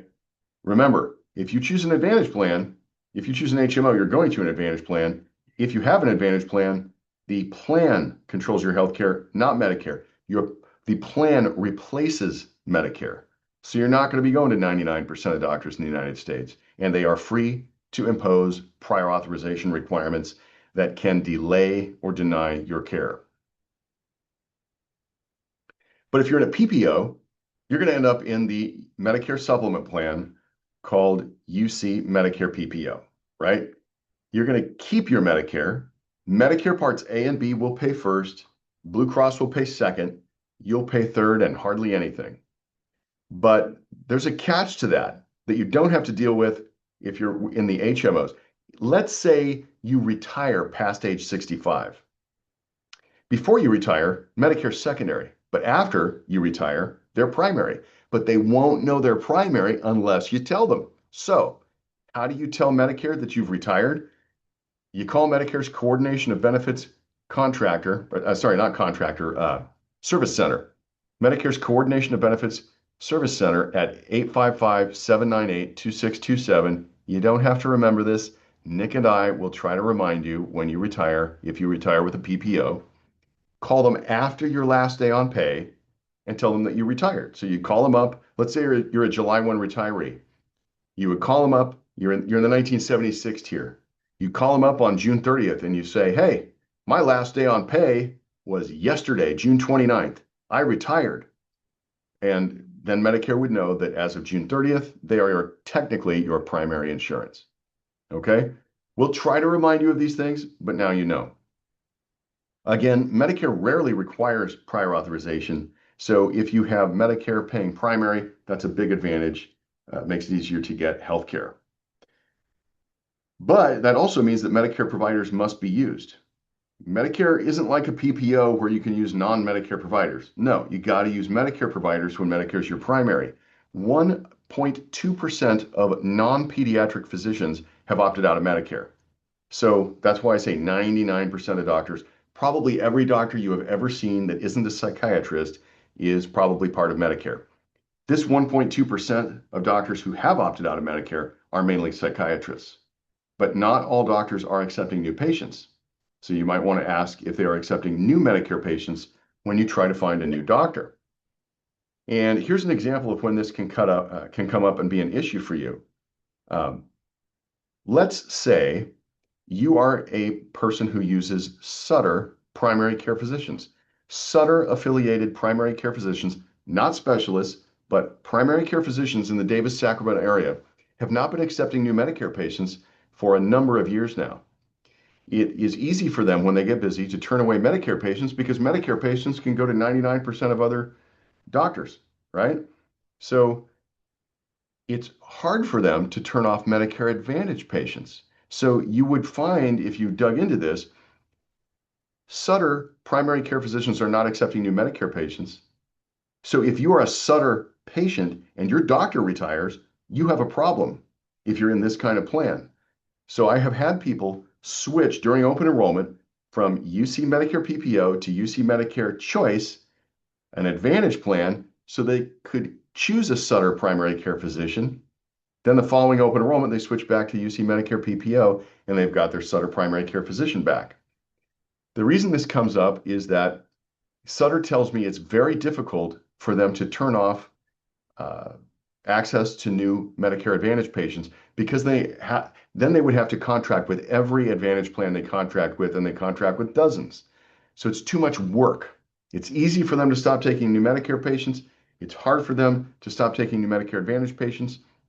So because they have a shortage of primary care physicians, that's how that works. So there's a heads up for you. Again, it's Sutter primary care physicians only, not specialists in the Davis-Sacramento area. If you have a Sutter primary care physician who is not going to retire anytime soon, then you don't need to worry about it because you're not a new patient. They'll keep you when you get Medicare. But if they retire, that's when you might have an issue. So I'm still getting used to this. I find it amusing, but we have situations where our retirees who are in mixed Medicare families have both Blue Cross and Blue Shield in the same family. Now, it may interest you to know that Blue Cross and Blue Shield are the same company in most states, but in California, they are separate companies. Okay? So let's say you have one family member in Medicare, but you're not in Medicare. You might have UC Care through Blue Shield, while your spouse has UC Medicare PPO through Blue Cross. Again, if you retire past 65, or if you turn 65 after you retire, there is going to be some kind of form you need to do to make this coordination happen. Nick and I will help you with it. Again, if you turn 65 before you retire, there's going to be a paper form. If you turn 65 after you retire, you can do everything on UC Raise without paper. Or you might retire with the Health Savings Plus PPO plan. Now, this plan, remember, is special. It has no Medicare counterpart. Why? Because of that health savings account. It's incompatible with Medicare. So nobody in the family can have the Health Savings Plus plan. So if you retire with it and you become eligible for Medicare, at that point, Nick and I will give you your own personal open enrollment to choose any Medicare plan you want.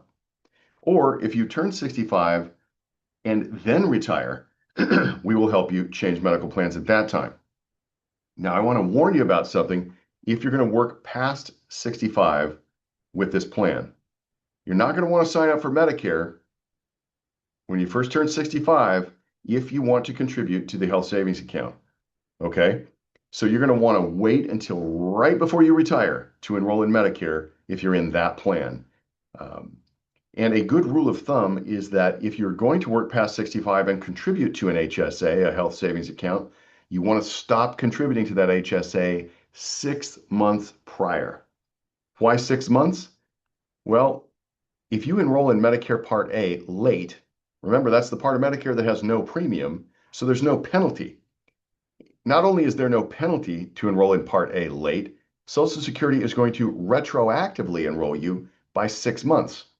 Well, if they retroactively enroll you by 6 months, that means that you can't be contributing to the HSA from 6 months back. So that's why the rule of thumb is to stop contributing to an HSA 6 months before you retire. Again, consult with us and we'll keep you out of trouble. I want to point out that the Health Savings Plus plan is special in that you can choose it as an employee during open enrollment.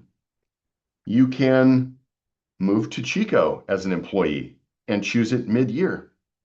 But if you're a retiree, you can choose it only during open enrollment if you didn't have it as an employee and retire with it. Retirees cannot choose the plan mid-year. I won't go into why, and that may change, but for now, the Health Savings Plus plan is only offered to retirees during open enrollment, and then, of course, employees who retire with it can keep it until or unless they or a covered family member becomes eligible for Medicare. All right, we talked about Medicare Parts A and B earlier. I didn't want to pile on too much information at once, so I thought I'd skip a little while, and now we'll circle back to Medicare Part D, as in DRUGs. Medicare Part D, you know you have it if you have an ID card that says Medicare RX on it. Medicare RX tells the pharmacy that you have a Medicare Part D drug plan. It is the outpatient prescription drug benefit under Medicare, so it's what you'd use at the pharmacy, and it subsidizes UC medical plan premiums. If you were around back in 2006 when Medicare Part D came out, you might have noticed that retiree Medicare premiums for our Medicare plans, they dropped from 2005 to 2006 because of this new subsidy, because Medicare helps pay for the drug coverage that they didn't before 2006. Now, it's important for you to know this boring fact, okay? The prescription drug coverage of UC medical plans for active employees, for any of the plans, is equivalent to or better than Medicare Part D. Now, you may have assumed that, but now you know for sure. Our employee health plans have drug coverage that is better than Part D.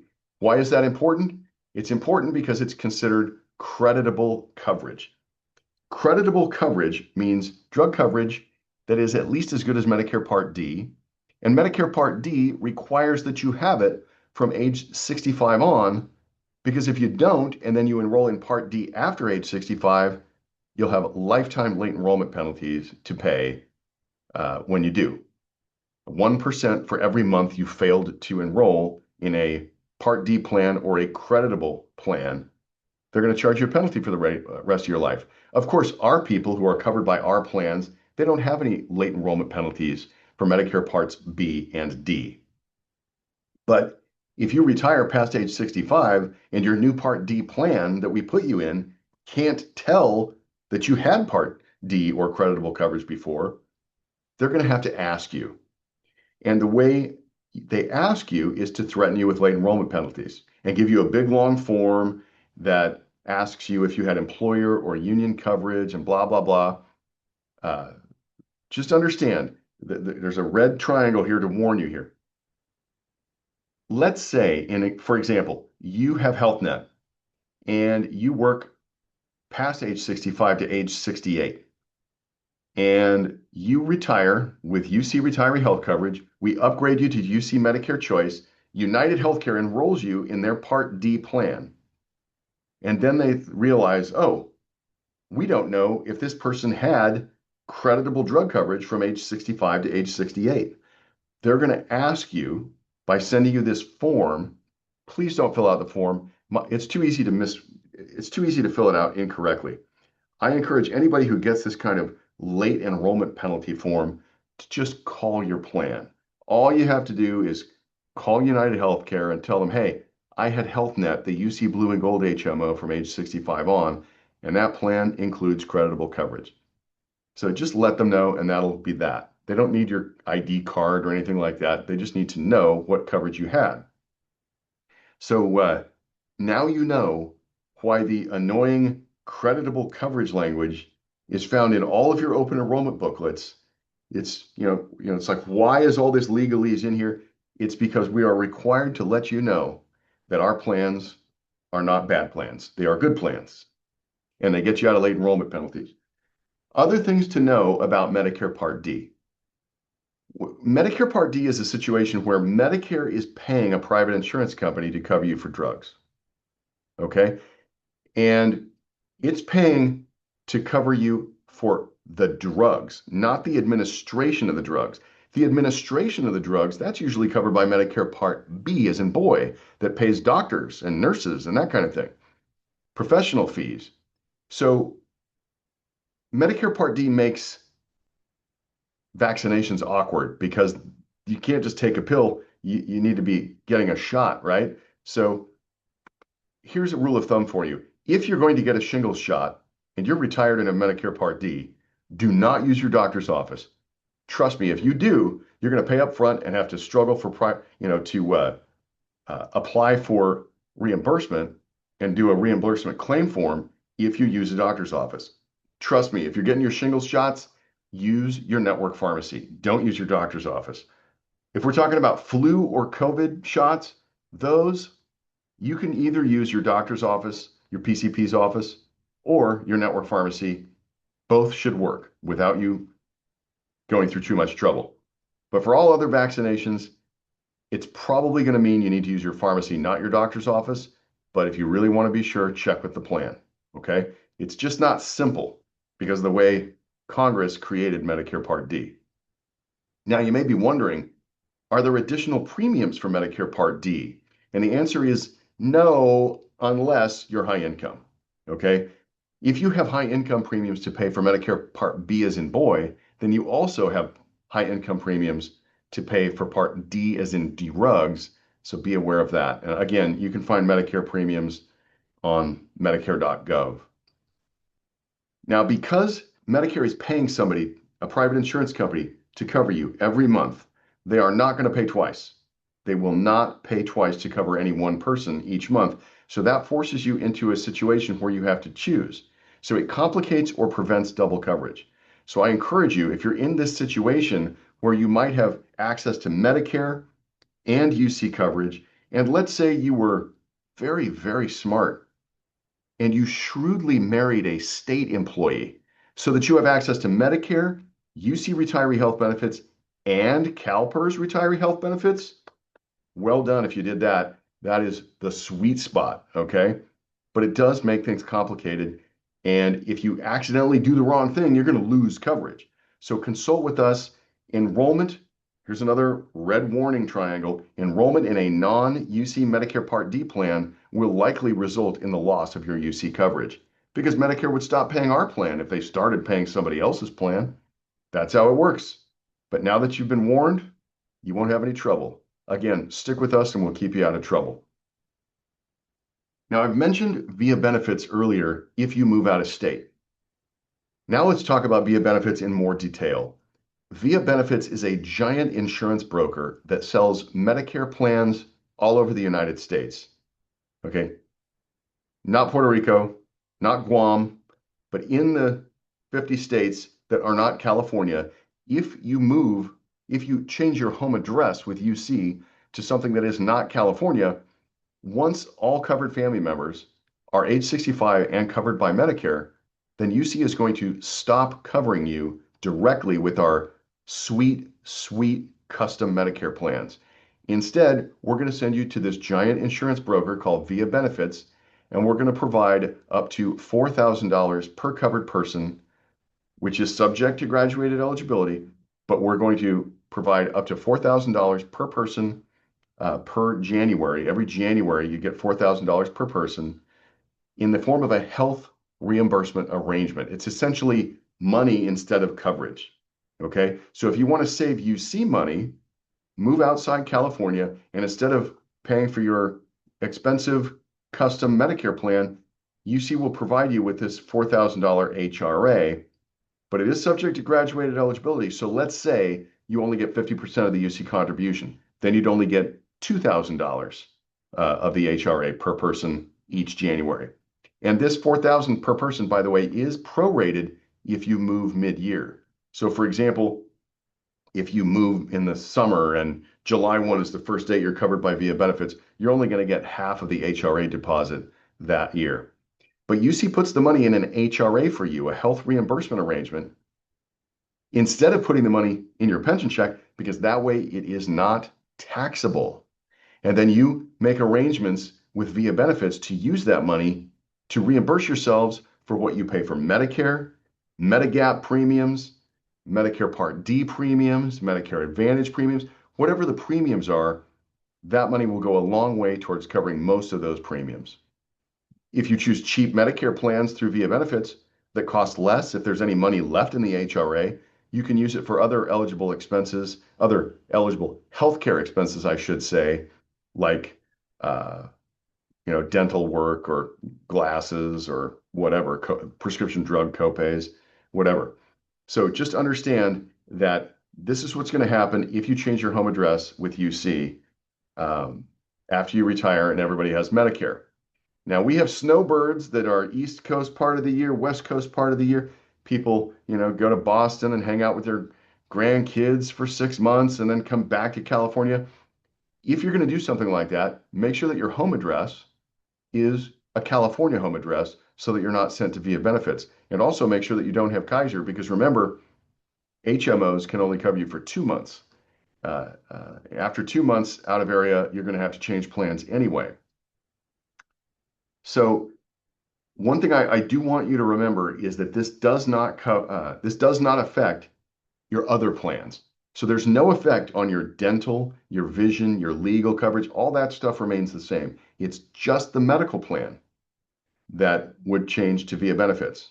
And then you'd buy whatever people in Portland, Maine can buy on, whatever individual policies are available to Medicare beneficiaries in Maine.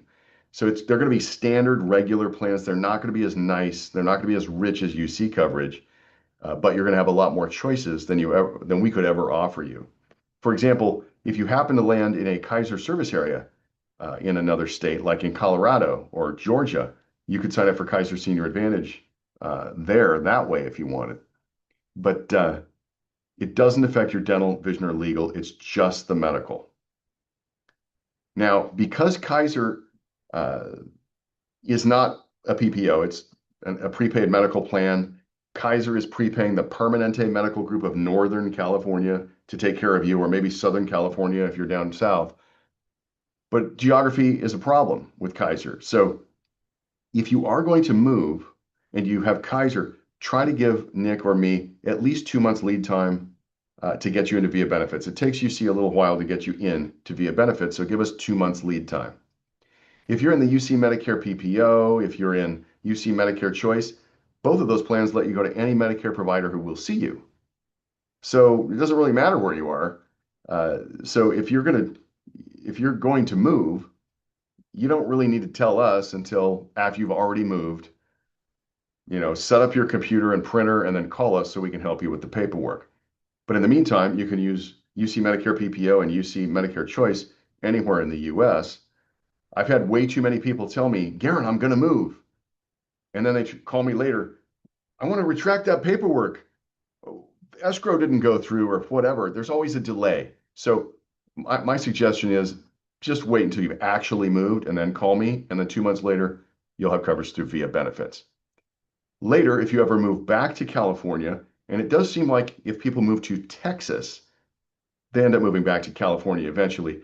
In my experience, then the following open enrollment, we could switch you back to UC custom coverage, but you'd have to take action during open enrollment. Now, I want to reiterate, I've said it before, I'm going to say it again. Call us. Let us help you with these transitions. Call us 3 months before you turn 65, whether you're an employee or a retiree. Call us 3 months before you retire if you're going to retire with anybody in Medicare. And then we'll help you enroll in Medicare. If you do need to enroll in Medicare after you get your new Medicare card, you call us back and we'll help you coordinate that Medicare with your UC retiree healthcare. And this flyer you see on the right-hand side has all of our detailed contact information, which is available on our website. And that website, I'm sure you already have it, but it's next to my name under my talking face here on Zoom. Now I want to touch a little bit on the future. Not that I have a crystal ball or anything like that, but let's assume what has continued to happen will continue to happen, and that is that healthcare premiums are going to continue to rise. Healthcare inflation has been exceeding general inflation for a long time, and it's been really bad lately. At the same time, as of 2025, 27% of large companies offer retiree health insurance. That's down from 32% in 2005. 66% of large companies offered retiree health insurance back in 1988. So fewer and fewer and fewer large employers are offering retiree health coverage. And an unsettling thing to know, but it's true, unlike your vested pension benefit, there is no vested health insurance through UC.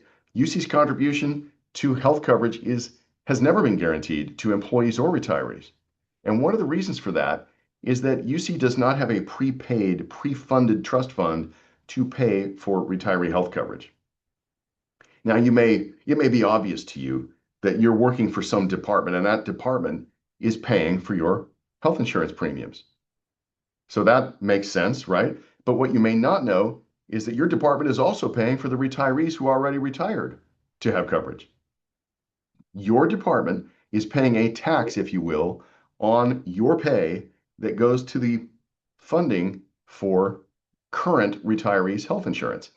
That tax is called the campus assessment fee, and it's 2.3% in fiscal year 2025. So thank you to your departments for funding current retirees' health coverage. That 2.3% also pays for the healthcare facilitator program. Thank you very much to all your departments for keeping Nick and I employed. I appreciate it very much. And that's why there's no guarantee for health insurance. It's pay as you go. And pay as you go is also known as an unfunded liability when UC tries to take out loans for large capital projects. Okay, so it's kind of a albatross around our neck to a certain extent. Regardless, the university intends to continue retiree health coverage because it helps us recruit and retain employees. I mean, we're one of the few employers that still offers rich benefits like these, so that makes us stand out among other employers. We also don't, as a socially responsible institution, UC does not want to add to the problem of the uninsured. But really, this is for recruitment and retention. This is a very valuable recruitment and retention tool. Having said that, it's very expensive, and UC has had to make reductions in the past.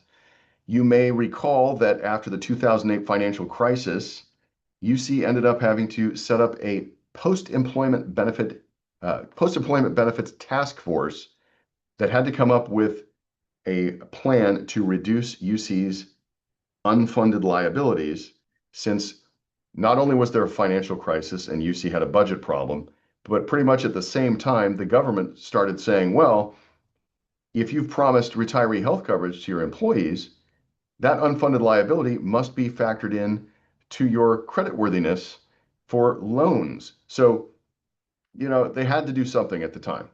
So what they ended up doing was reducing the UC contribution towards retiree health coverage as a percentage of total premiums from the high amount that they were doing before down. They stepped it down over the years to 70% of aggregate medical plan premiums.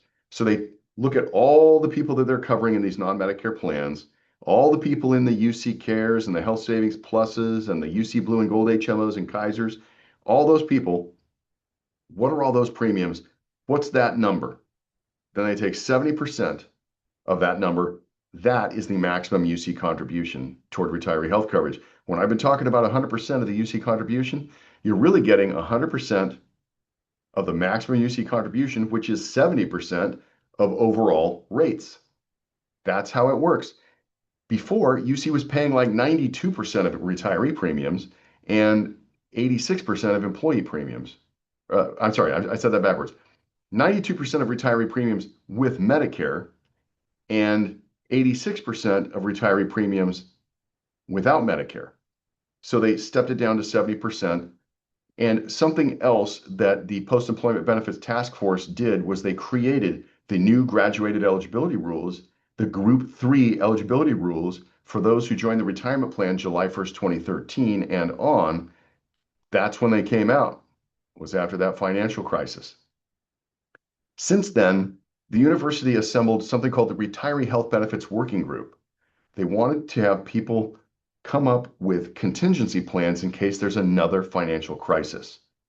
And they wanted those contingency plans to reduce UC's costs while affecting retirees as little as possible. So that went on for a little while, and then it suddenly expanded to review coverage for all employees, the whole benefits package, the whole compensation package. And after it got that big, not much has happened in several years that I'm aware of. So I don't have any news for you on it. But the whole idea was for them to come up with contingency plans. If they needed to impose reductions, they wanted to do it in a way that would impact our retirees as little as possible. So having said all this, I personally am not worried. I expect that UC will be paying for my retiree health coverage when I retire on July 1st, 2033. Okay? But in the meantime, I want to do a special shout out to those who are going to retire on July 1st this year. First of all, congratulations and thank you for your service. But there are things that I want to particularly point out to you because you're so close to your retirement. And some of these things are having to do with the inactive COLA would only apply to those in the 1976 tier. Those are the people who tend to retire on July 1st. First of all, you're going to want to initiate your retirement on April 1st if you can using UC Raise. You're going to sign into UC Raise and you're going to click Initiate and Elect Retirement or something like that. And you want to do that as early as you can, and as early as you can is 90 days prior to your July 1 retirement, and that would be April 1st is when you would actually punch that in if you're going to take advantage of the inactive COLA, okay? Remember, if you're in the 1976 tier, you want to separate on June 29th, you want to be inactive on June 30th, and then retire on July 1st in order to get that extra COLA bump in your pension check from the get-go.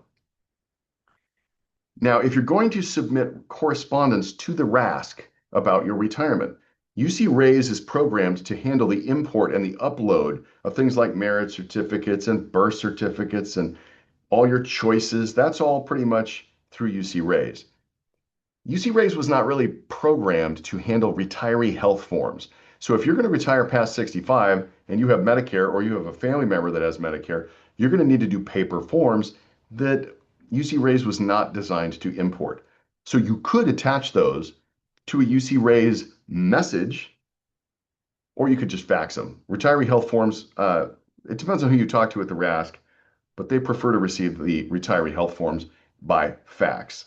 Now, if you don't have easy access to a fax machine, you know somebody who does. Nick and I, we fax things for people all the time to the RASC. So lean on us if we're going to help you with your retiree paperwork, Medicare paperwork anyway. Now, remember that UC Davis pays for an extra month of coverage when you retire. As long as your department enters into UC Path a retirement code, a reason code of retirement for your separation is how I should say it. If they enter it as a retirement, then UC Path should automatically cover you through July, which means you don't need Medicare Part B until August 1st if you're retiring past 65. So if you are going to retire past 65, or if you're otherwise eligible for Medicare, you need Part B to begin August 1st, and the earliest you can apply for Medicare Part B and get it August 1st is May 1st. Now, please don't everybody call us on May 1st, all right? But Nick and I, please call us like late April, early May, any of that is fine. And we will sign off on a special form that gets you out of late enrollment penalties for Medicare when you enroll past age 65. So we will help you with that. But there's something else I want you to know, and that is that your personal retirement profile is, generated by UC Raise, but UC Raise was not really programmed to handle or anticipate your future Medicare enrollment. So it's going to ignore Medicare and it's going to misquote. If you're eligible for Medicare, it's going to give you the wrong health insurance premiums because it's going to give you the non-Medicare rates. Don't let that surprise you. That's totally normal. It's the way it goes. But here's an informational thing for you. It is important that you pay attention to your final confirmation letter. When you retire, once the retirement system is done with it, they're going to send you a final confirmation letter. And that letter, if you expect to be eligible for retiree health coverage, it cannot be blank. when it talks about health insurance. If the health insurance section is blank, you need to contact the RASC immediately. Okay? Something's wrong.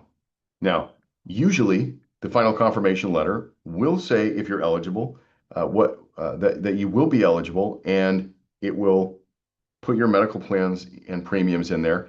But if you're eligible for Medicare, again, those premiums and plan names are going to be wrong because the system can't handle your future enrollment in Medicare. But now you know. Don't let it concern you. That's normal. But the one thing I would really warn you about is that confirmation letter needs to say you're eligible for retiree health benefits. And if it doesn't, you need to contact the RASC and make sure that you're eligible.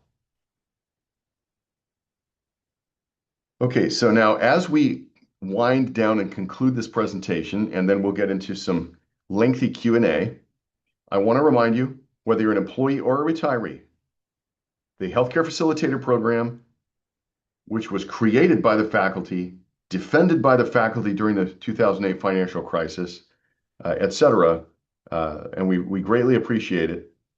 We provide education and assistance with the UC Health plans and Medicare. We have contacts within the plans that you can't get to that might be able to help if you're having a problem. So we troubleshoot, and we also help you enroll in and coordinate with Medicare.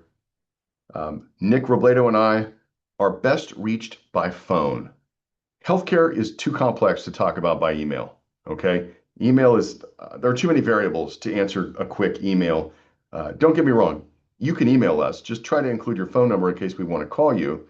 And if it's a quick question or something that we can link to, we'll reply by email, of course. But overall, it's best to just give us a call, okay? We're taking calls all day when we're not doing live presentations like this. And if you don't catch us live, we're good about returning our voicemails, okay? So give us a call when you need us. That concludes the formal part of the presentation.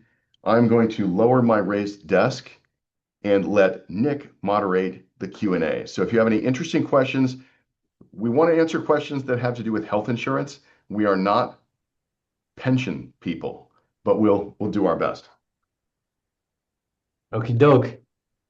Thank you, Garen, for the presentation. That was awesome. I have a few good questions here. Let's start with the first one. After retirement, I plan to live overseas 1.5 months every year. I have Kaiser. Will Kaiser cover overseas? If so, for how long? What One other and a half options? months. 1.5 months is a very specific, and it's less than 2 months. So you can do that all you like. You cannot get routine care outside the United States with an HMO, like you could with the other Medicare plans that we offer, or UC Care or Health Savings Plus. But if you're just going for 6 weeks or whatever it is every once in a while, don't worry about switching out of Kaiser. You're still covered for emergencies and urgent care worldwide. Now, you will be paying up front and submitting claims for reimbursement, but most likely. But you could always call Kaiser and see if they can help you remotely. But yes, you would not have to change out of Kaiser if you're going to be gone for those short lengths of time. But if you stay longer and you submit ER claim after ER claim for more than 2 months, Kaiser would not be obligated to pay your claims after more than 2 months outside the US. Hope that answers it. What if I retire abroad? Does UC pay any portion for the insurance abroad? Of course, we would be paying for your Health Savings Plus premium most likely. UC Care would also work. But UC Care costs more per month and has a higher out-of-pocket maximum. So you would be paying more for the privilege of paying more if you choose UC Care if you live outside the United States. Is the contribution less during retirement than it is during active employment? The UC contribution. Yes, although sometimes salary banding will make that confusing because if you're in a high salary band as an active employee, the retiree plan, depending on the year and the plan, might be lower than what you were paying as an active employee. But yes, again, UC sets the maximum UC contribution for retiree plans at 70% of aggregate rates. For employees, it's over 80% of aggregate rates. If I move to another state after retirement, then do I need to get a PPO? Yes, the answer is yes. Now, if all covered family members are age 65 and have Medicare, you go to VIA benefits, right? But otherwise, yeah, if you're before Medicare or if you have any non-Medicare family members, then you would be in a PPO plan. Now, let's say you're a retired couple, you're both age 60, and you go move to Boise, Idaho. Well, you could have the Health Savings Plus plan, but as soon as one of you gets Medicare, we'd have to switch that person to the UC Medicare PPO, and then the other person would have to go to UC Care. So it would be this mixed Medicare family, remember, with UC Medicare PPO and UC Care. And then eventually the person who turns 65 later would get Medicare, and then we would help you into VIA benefits coverage.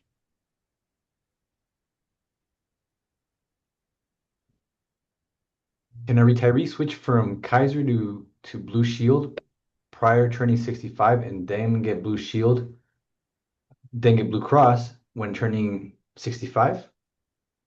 Yes, you always have open enrollment, whether you're an employee or a retiree, so you can strategically, place yourself in whatever plan you want during open enrollment.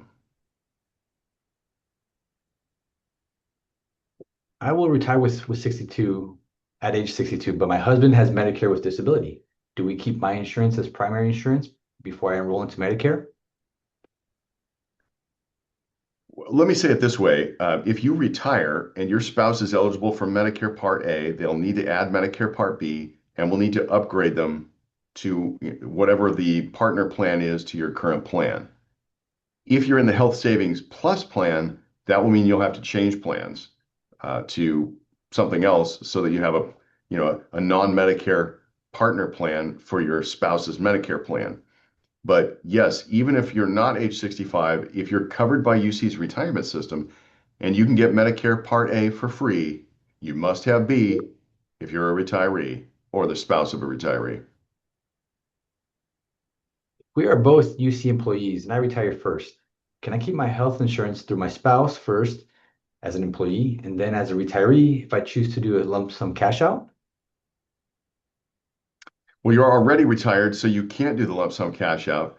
But let's say the person who's working does the lump sum cash out. If you're eligible for retiree health coverage, then of course they would experience an involuntary loss of coverage, and the RASC would let you enroll if you're eligible for retiree coverage and taking the monthly pension. Absolutely. Again, you'd have to take action within 31 days and all of that, but we'll help you with that. I'm getting a couple of similar questions. If we're still working in our 65, should we just ignore Medicare if I'm not enrolled in Part B? That's a really good question. And I could talk and talk and talk about this topic. Okay. It's not simple. If you go to our website, again, our website appears right next to my face, right there, at least on my Zoom. If you go to our website, in the menu, there's a page called Medicare and Active Employees. Medicare and Active Employees goes through several different parts of Medicare and special notes for people in different situations. But there are strategic reasons why you might want to have Medicare secondary to a UC health plan, especially if you have a PPO.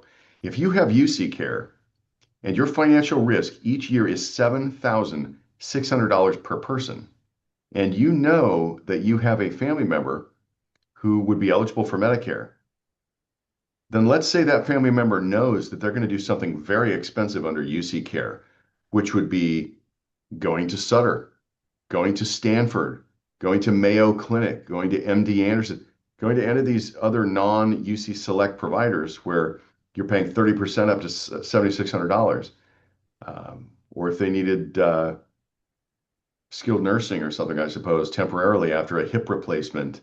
I mean, those are situations where Medicare could pay second and save you a ton of money. So UC Care is through Blue Shield. Blue Shield, let's say you have a $100,000 claim. Blue Shield's going to pay everything but $7,600 on that $100,000 claim that you had for your procedure at Stanford, let's say, then the $7,600 that they didn't pay would then go to Medicare as the secondary, and Medicare's deductibles are pretty low, and they pick up a lot of that cost. So it could be worth it to pay for Medicare if it's going to pick up some of your costs. So that's something to think about. But I would encourage you to review Medicare and active employees on our website. I believe you said UC Medicare PPO is the best Medicare plan. I did not say that. Should we switch to the UC Care / Blue Shield of California PPO while still working to get the UC Medicare PPO plan when we retire? That is up to you. I mean, all the Medicare counterpart plans are better than their non-Medicare partner plans. I can't say that one plan is better than all the others per se, because everybody's situation is different. What I would say, I'll say it this way though, if I was retired, I would want to be in the UC Medicare PPO plan because I want to be able to get medical care without having to wait for prior authorization.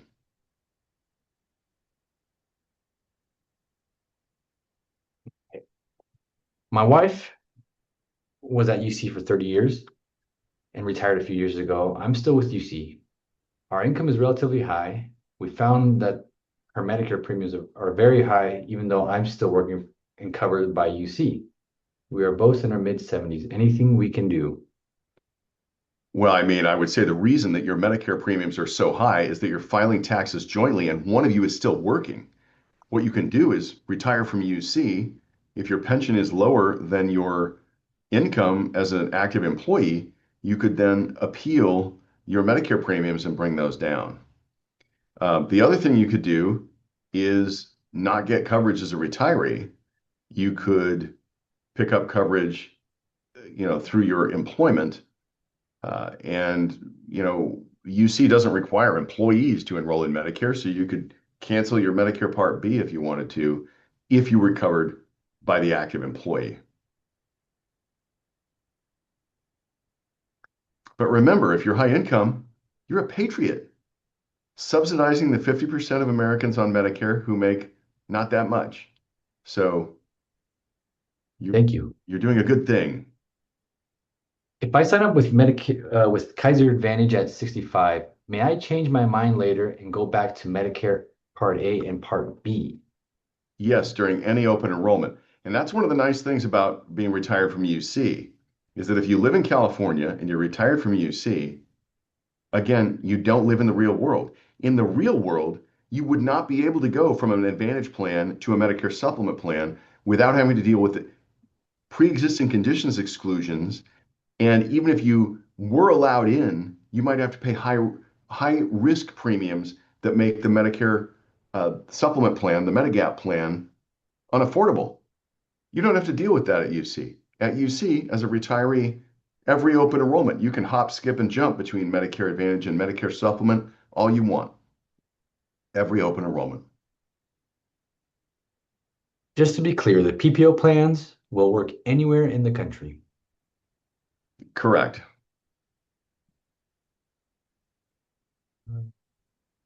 Now that I think about it, let me just be clear about something though.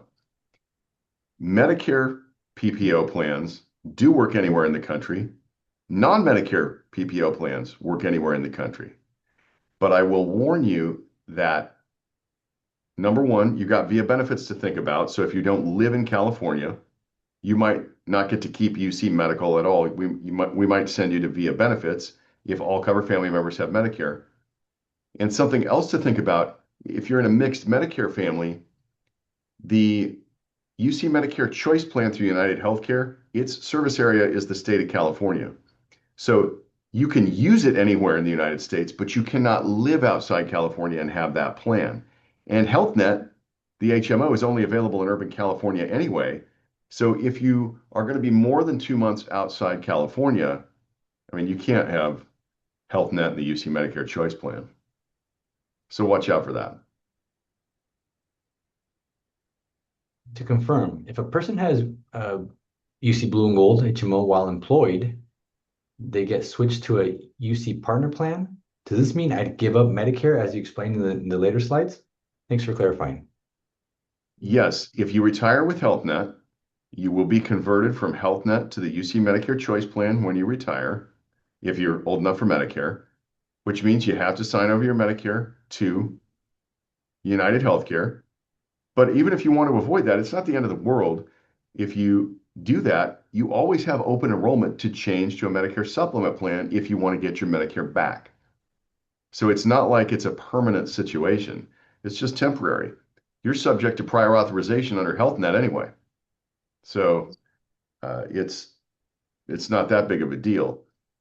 And some people who are in a hurry to get to a situation where they don't have to deal with prior authorization, you need to think about would it be worth it for you to switch to a PPO plan during the open enrollment prior to getting Medicare? You can do that, but your financial liability goes up a lot. You just have, I mean, I have no problem with it. It's just that you need to understand that with Health Net, your out-of-pocket maximum is $1,000 per person per year, $3,000 per family. You go to UC Care or you go to Health Savings Plus, and your out-of-pocket maximum is, $13,000, $14,000. It's, night and day, a lot more financial liability. As long as you understand that, you can do that. But it is going to be less financial liability for you to wait until after you get Medicare to switch to a Medicare supplement plan and just temporarily have a Medicare Advantage plan. I hope that makes sense. As part of the 1976 group, can I suspend my health plan when I retire at 60, but work for another university, and then reactivate after, say, 10 years?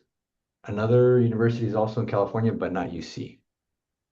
Yes, you can suspend your coverage as long as you retire and take the monthly pension and you're eligible for coverage. You could suspend just the medical. I don't know why you'd suspend the dental. I mean, usually you want double dental, but for medical, you could suspend the medical if you don't need it and you get a better deal through your new employer. You can do that. You've already locked in your eligibility for health benefits if that's not clear. As long as you've locked it in by retiring, sure, you can suspend it and come back to us later to claim your medical coverage through UC.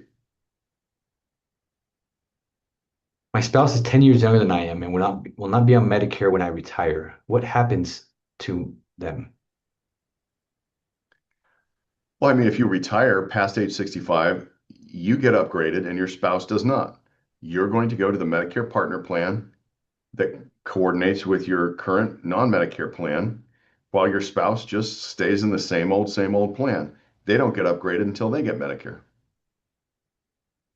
If I'm using my wife's insurance, who is not working for UC, do I need to switch to UC medical plan when I retire?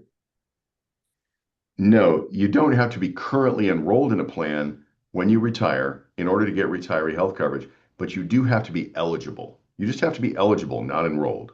So you're free to have, use your spouse's coverage and not have our coverage. It's not going to imperil your eligibility for retiree coverage. You just have to be eligible when you retire.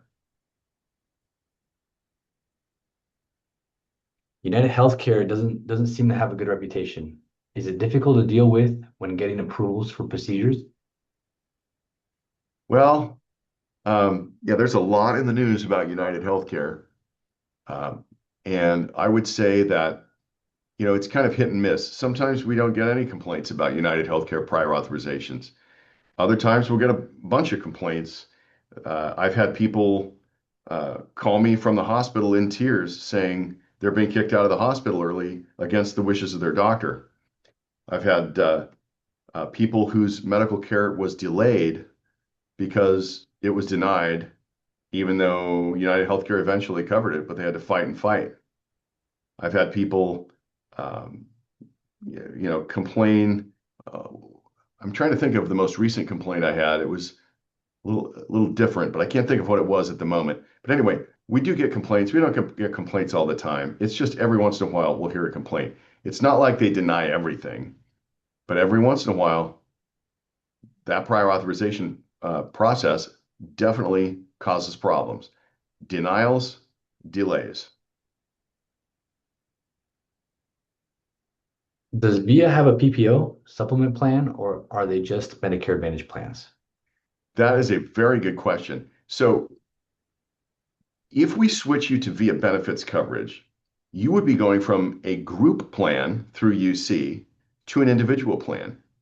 And because you're going from a group plan to an individual plan in that circumstance, you should be able to choose Medicare Supplement and Medicare Advantage plans in any other state. Now, those real world plans that are Medicare Supplement plans are called Medigap. Medigap plans are Medicare Supplement. So you'd be choosing from Medigap plans versus Medicare Advantage plans. And there are going to be a whole bunch of them. The richest Medigap plan that you can get, unless you are older, is Medigap Plan G. But then there are less expensive ones that you can choose if you don't want to pay for the most expensive one. But all of the Medigap plans have Medicare paying first and Medigap paying second, and then you pay third if anything. So I hope that answers the question. What is United Healthcare PPO? I mean, our United Healthcare PPO plan is called UC Medicare Choice. That's the name of the plan. And it is a custom UC Medicare Advantage plan where we've negotiated with United Healthcare to let you go to any Medicare provider who will see you. And you pay Health Net-ish, Health Net style copayments. So it's a custom Medicare Advantage PPO where you can go to any Medicare provider. You don't have to use preferred providers. You can use any Medicare provider.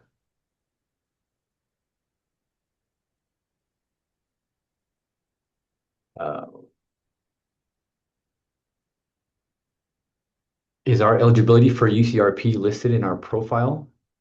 Is it an estimate on UC Raise? Oh, is our eligibility on UCRP listed on our profile an estimate, or is it accurate? I mean, UC Raise should be accurate, of course, but I'm trying to remember how you tell what retirement tier you're in. There is a way to do it, but off the top of my head, I couldn't tell you. If you I can't can tell figure, you. oh, okay. So when you go into your UC Raise account, you open it up, you got the main page, you have 6 boxes. If you click on retirement, the first page that rolls up will have a box and it'll tell you your eligibility, what tier you're in. Thank you, Julianne.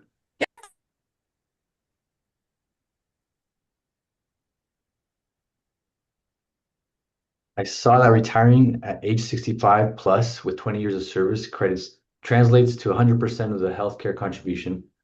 When I'm ready to retire, won't be this year, I have 20 plus years of service and my birthday is in August. Am I correct in understanding that it's better to keep working past 65 versus retiring at 64 in 10 months to optimize potential healthcare coverage? What are the related implications for Medicare and avoiding late enrollment penalties? Well, first of all, you're not going to have to worry about late enrollment penalties as long as you're covered by UC as an active employee, and as long as you enroll in Medicare immediately upon retirement or immediately when you turn 65. So you don't have to worry about late enrollment penalties. But, strategically, if you're not quite going to get 20% of the UC contribution, you might want to hang in there long enough to get enough service credit and age to qualify for it. I'm assuming that you're in eligibility group 3. If you're in eligibility group 2, the 20 years of service credit already gets you 100% of the UC contribution. So you don't have to worry about that. But, if you want that extra 5% or whatever it is by being 65 and you're in group 3, then that's something to think about. But the other thing to think about is that one of the advantages of retiring at 65 is that right out the gate, you'd have a superior Medicare plan compared to what you'd have as an active employee. They just tend to be better, and they're cheaper, unless you're super high income. Don't get me wrong. Don't forget those Medicare premiums are income based, but for most people, they pay less once they get Medicare, and the coverage is better. I'm in Blue Gold right now. Can I switch to UC Medicare PPO when I retire in July? I'm afraid not. You would have to wait for the open enrollment after you retire to switch to that plan because all you can do when you retire is switch to the plan that is the Medicare partner plan to your current plan. So if you're in Health Net, you're going to UC Medicare Choice, the United Healthcare plan at retirement. But again, open enrollment, you can switch then. And the last question isn't healthcare related, but you may know if you have income from a Roth retirement account, does that add into your MAGI? Ooh, I have no idea. Yeah. I mean, if it's taxable income, it probably does, but I really don't know. That's a good question for our session next week with our Fidelity representatives. This is a good question. If we are 65 plus and still working, is there an advantage to enrolling in Medicare Part A? Well, I mean, let's assume you are not in the Health Savings Plus plan and contributing to the HSA, because that's a no-go, right? You can't contribute to the HSA if you have any part of Medicare. So as long as you don't have the Health Savings Plus plan, Medicare Part A is essentially a no-brainer. Okay. It's free if you paid into Social Security for at least 10 years or married somebody who did. So it's free. It could save you money as your secondary insurance. If you are hospitalized, you'd be double covered and it would reduce your costs. The third reason to enroll in at least Medicare Part A is that it will literally make it easier for you to get Medicare Part B when you retire. If you call me up, you're about to retire, you need Medicare Part B, but you don't even have Medicare Part A, it's going to be harder for you to get Part B because the Part B application, the first thing on it, it asks for your Medicare number, and you don't have a Medicare number. And the only way to get Part A most of the year is to call Social Security and wait on hold.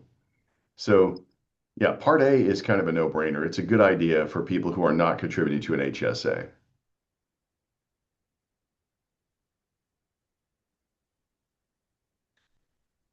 Gotcha.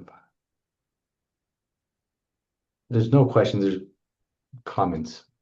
I thought you were required to enroll in Medicare at 65. Part B is optional.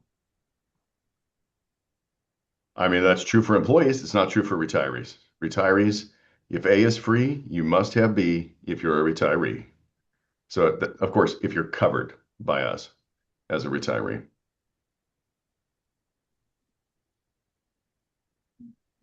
So it sounds like we went through all the questions, right, Nick? Yes, We're there's good? All no right. more Well, open questions. it's 3:43. We have no other questions. We'll give you back a little bit of your afternoon. Uh, Big thanks to Nick and Garen once again for answering all these great questions and providing essential information for all of us thinking about retiring and just keeping us abreast of all the things you need to do as you get closer and closer to retirement, but also Medicare age. All of those, it's really important. And once again, as a reminder, they are here for you as an employee, as a retiree, as well as the Retiree Center. We are here for you as employees and as well as retirees. So thank you all for being here. I hope a lot of you will be joining us next week and have a lovely long weekend. Everybody, Garen, Nick, thank you so much. I'll see you soon. Thank you, Julianne. Thanks for attending, everybody. It helps Thank to you tell all. everybody the same thing at once. So thanks for joining. All right, take care.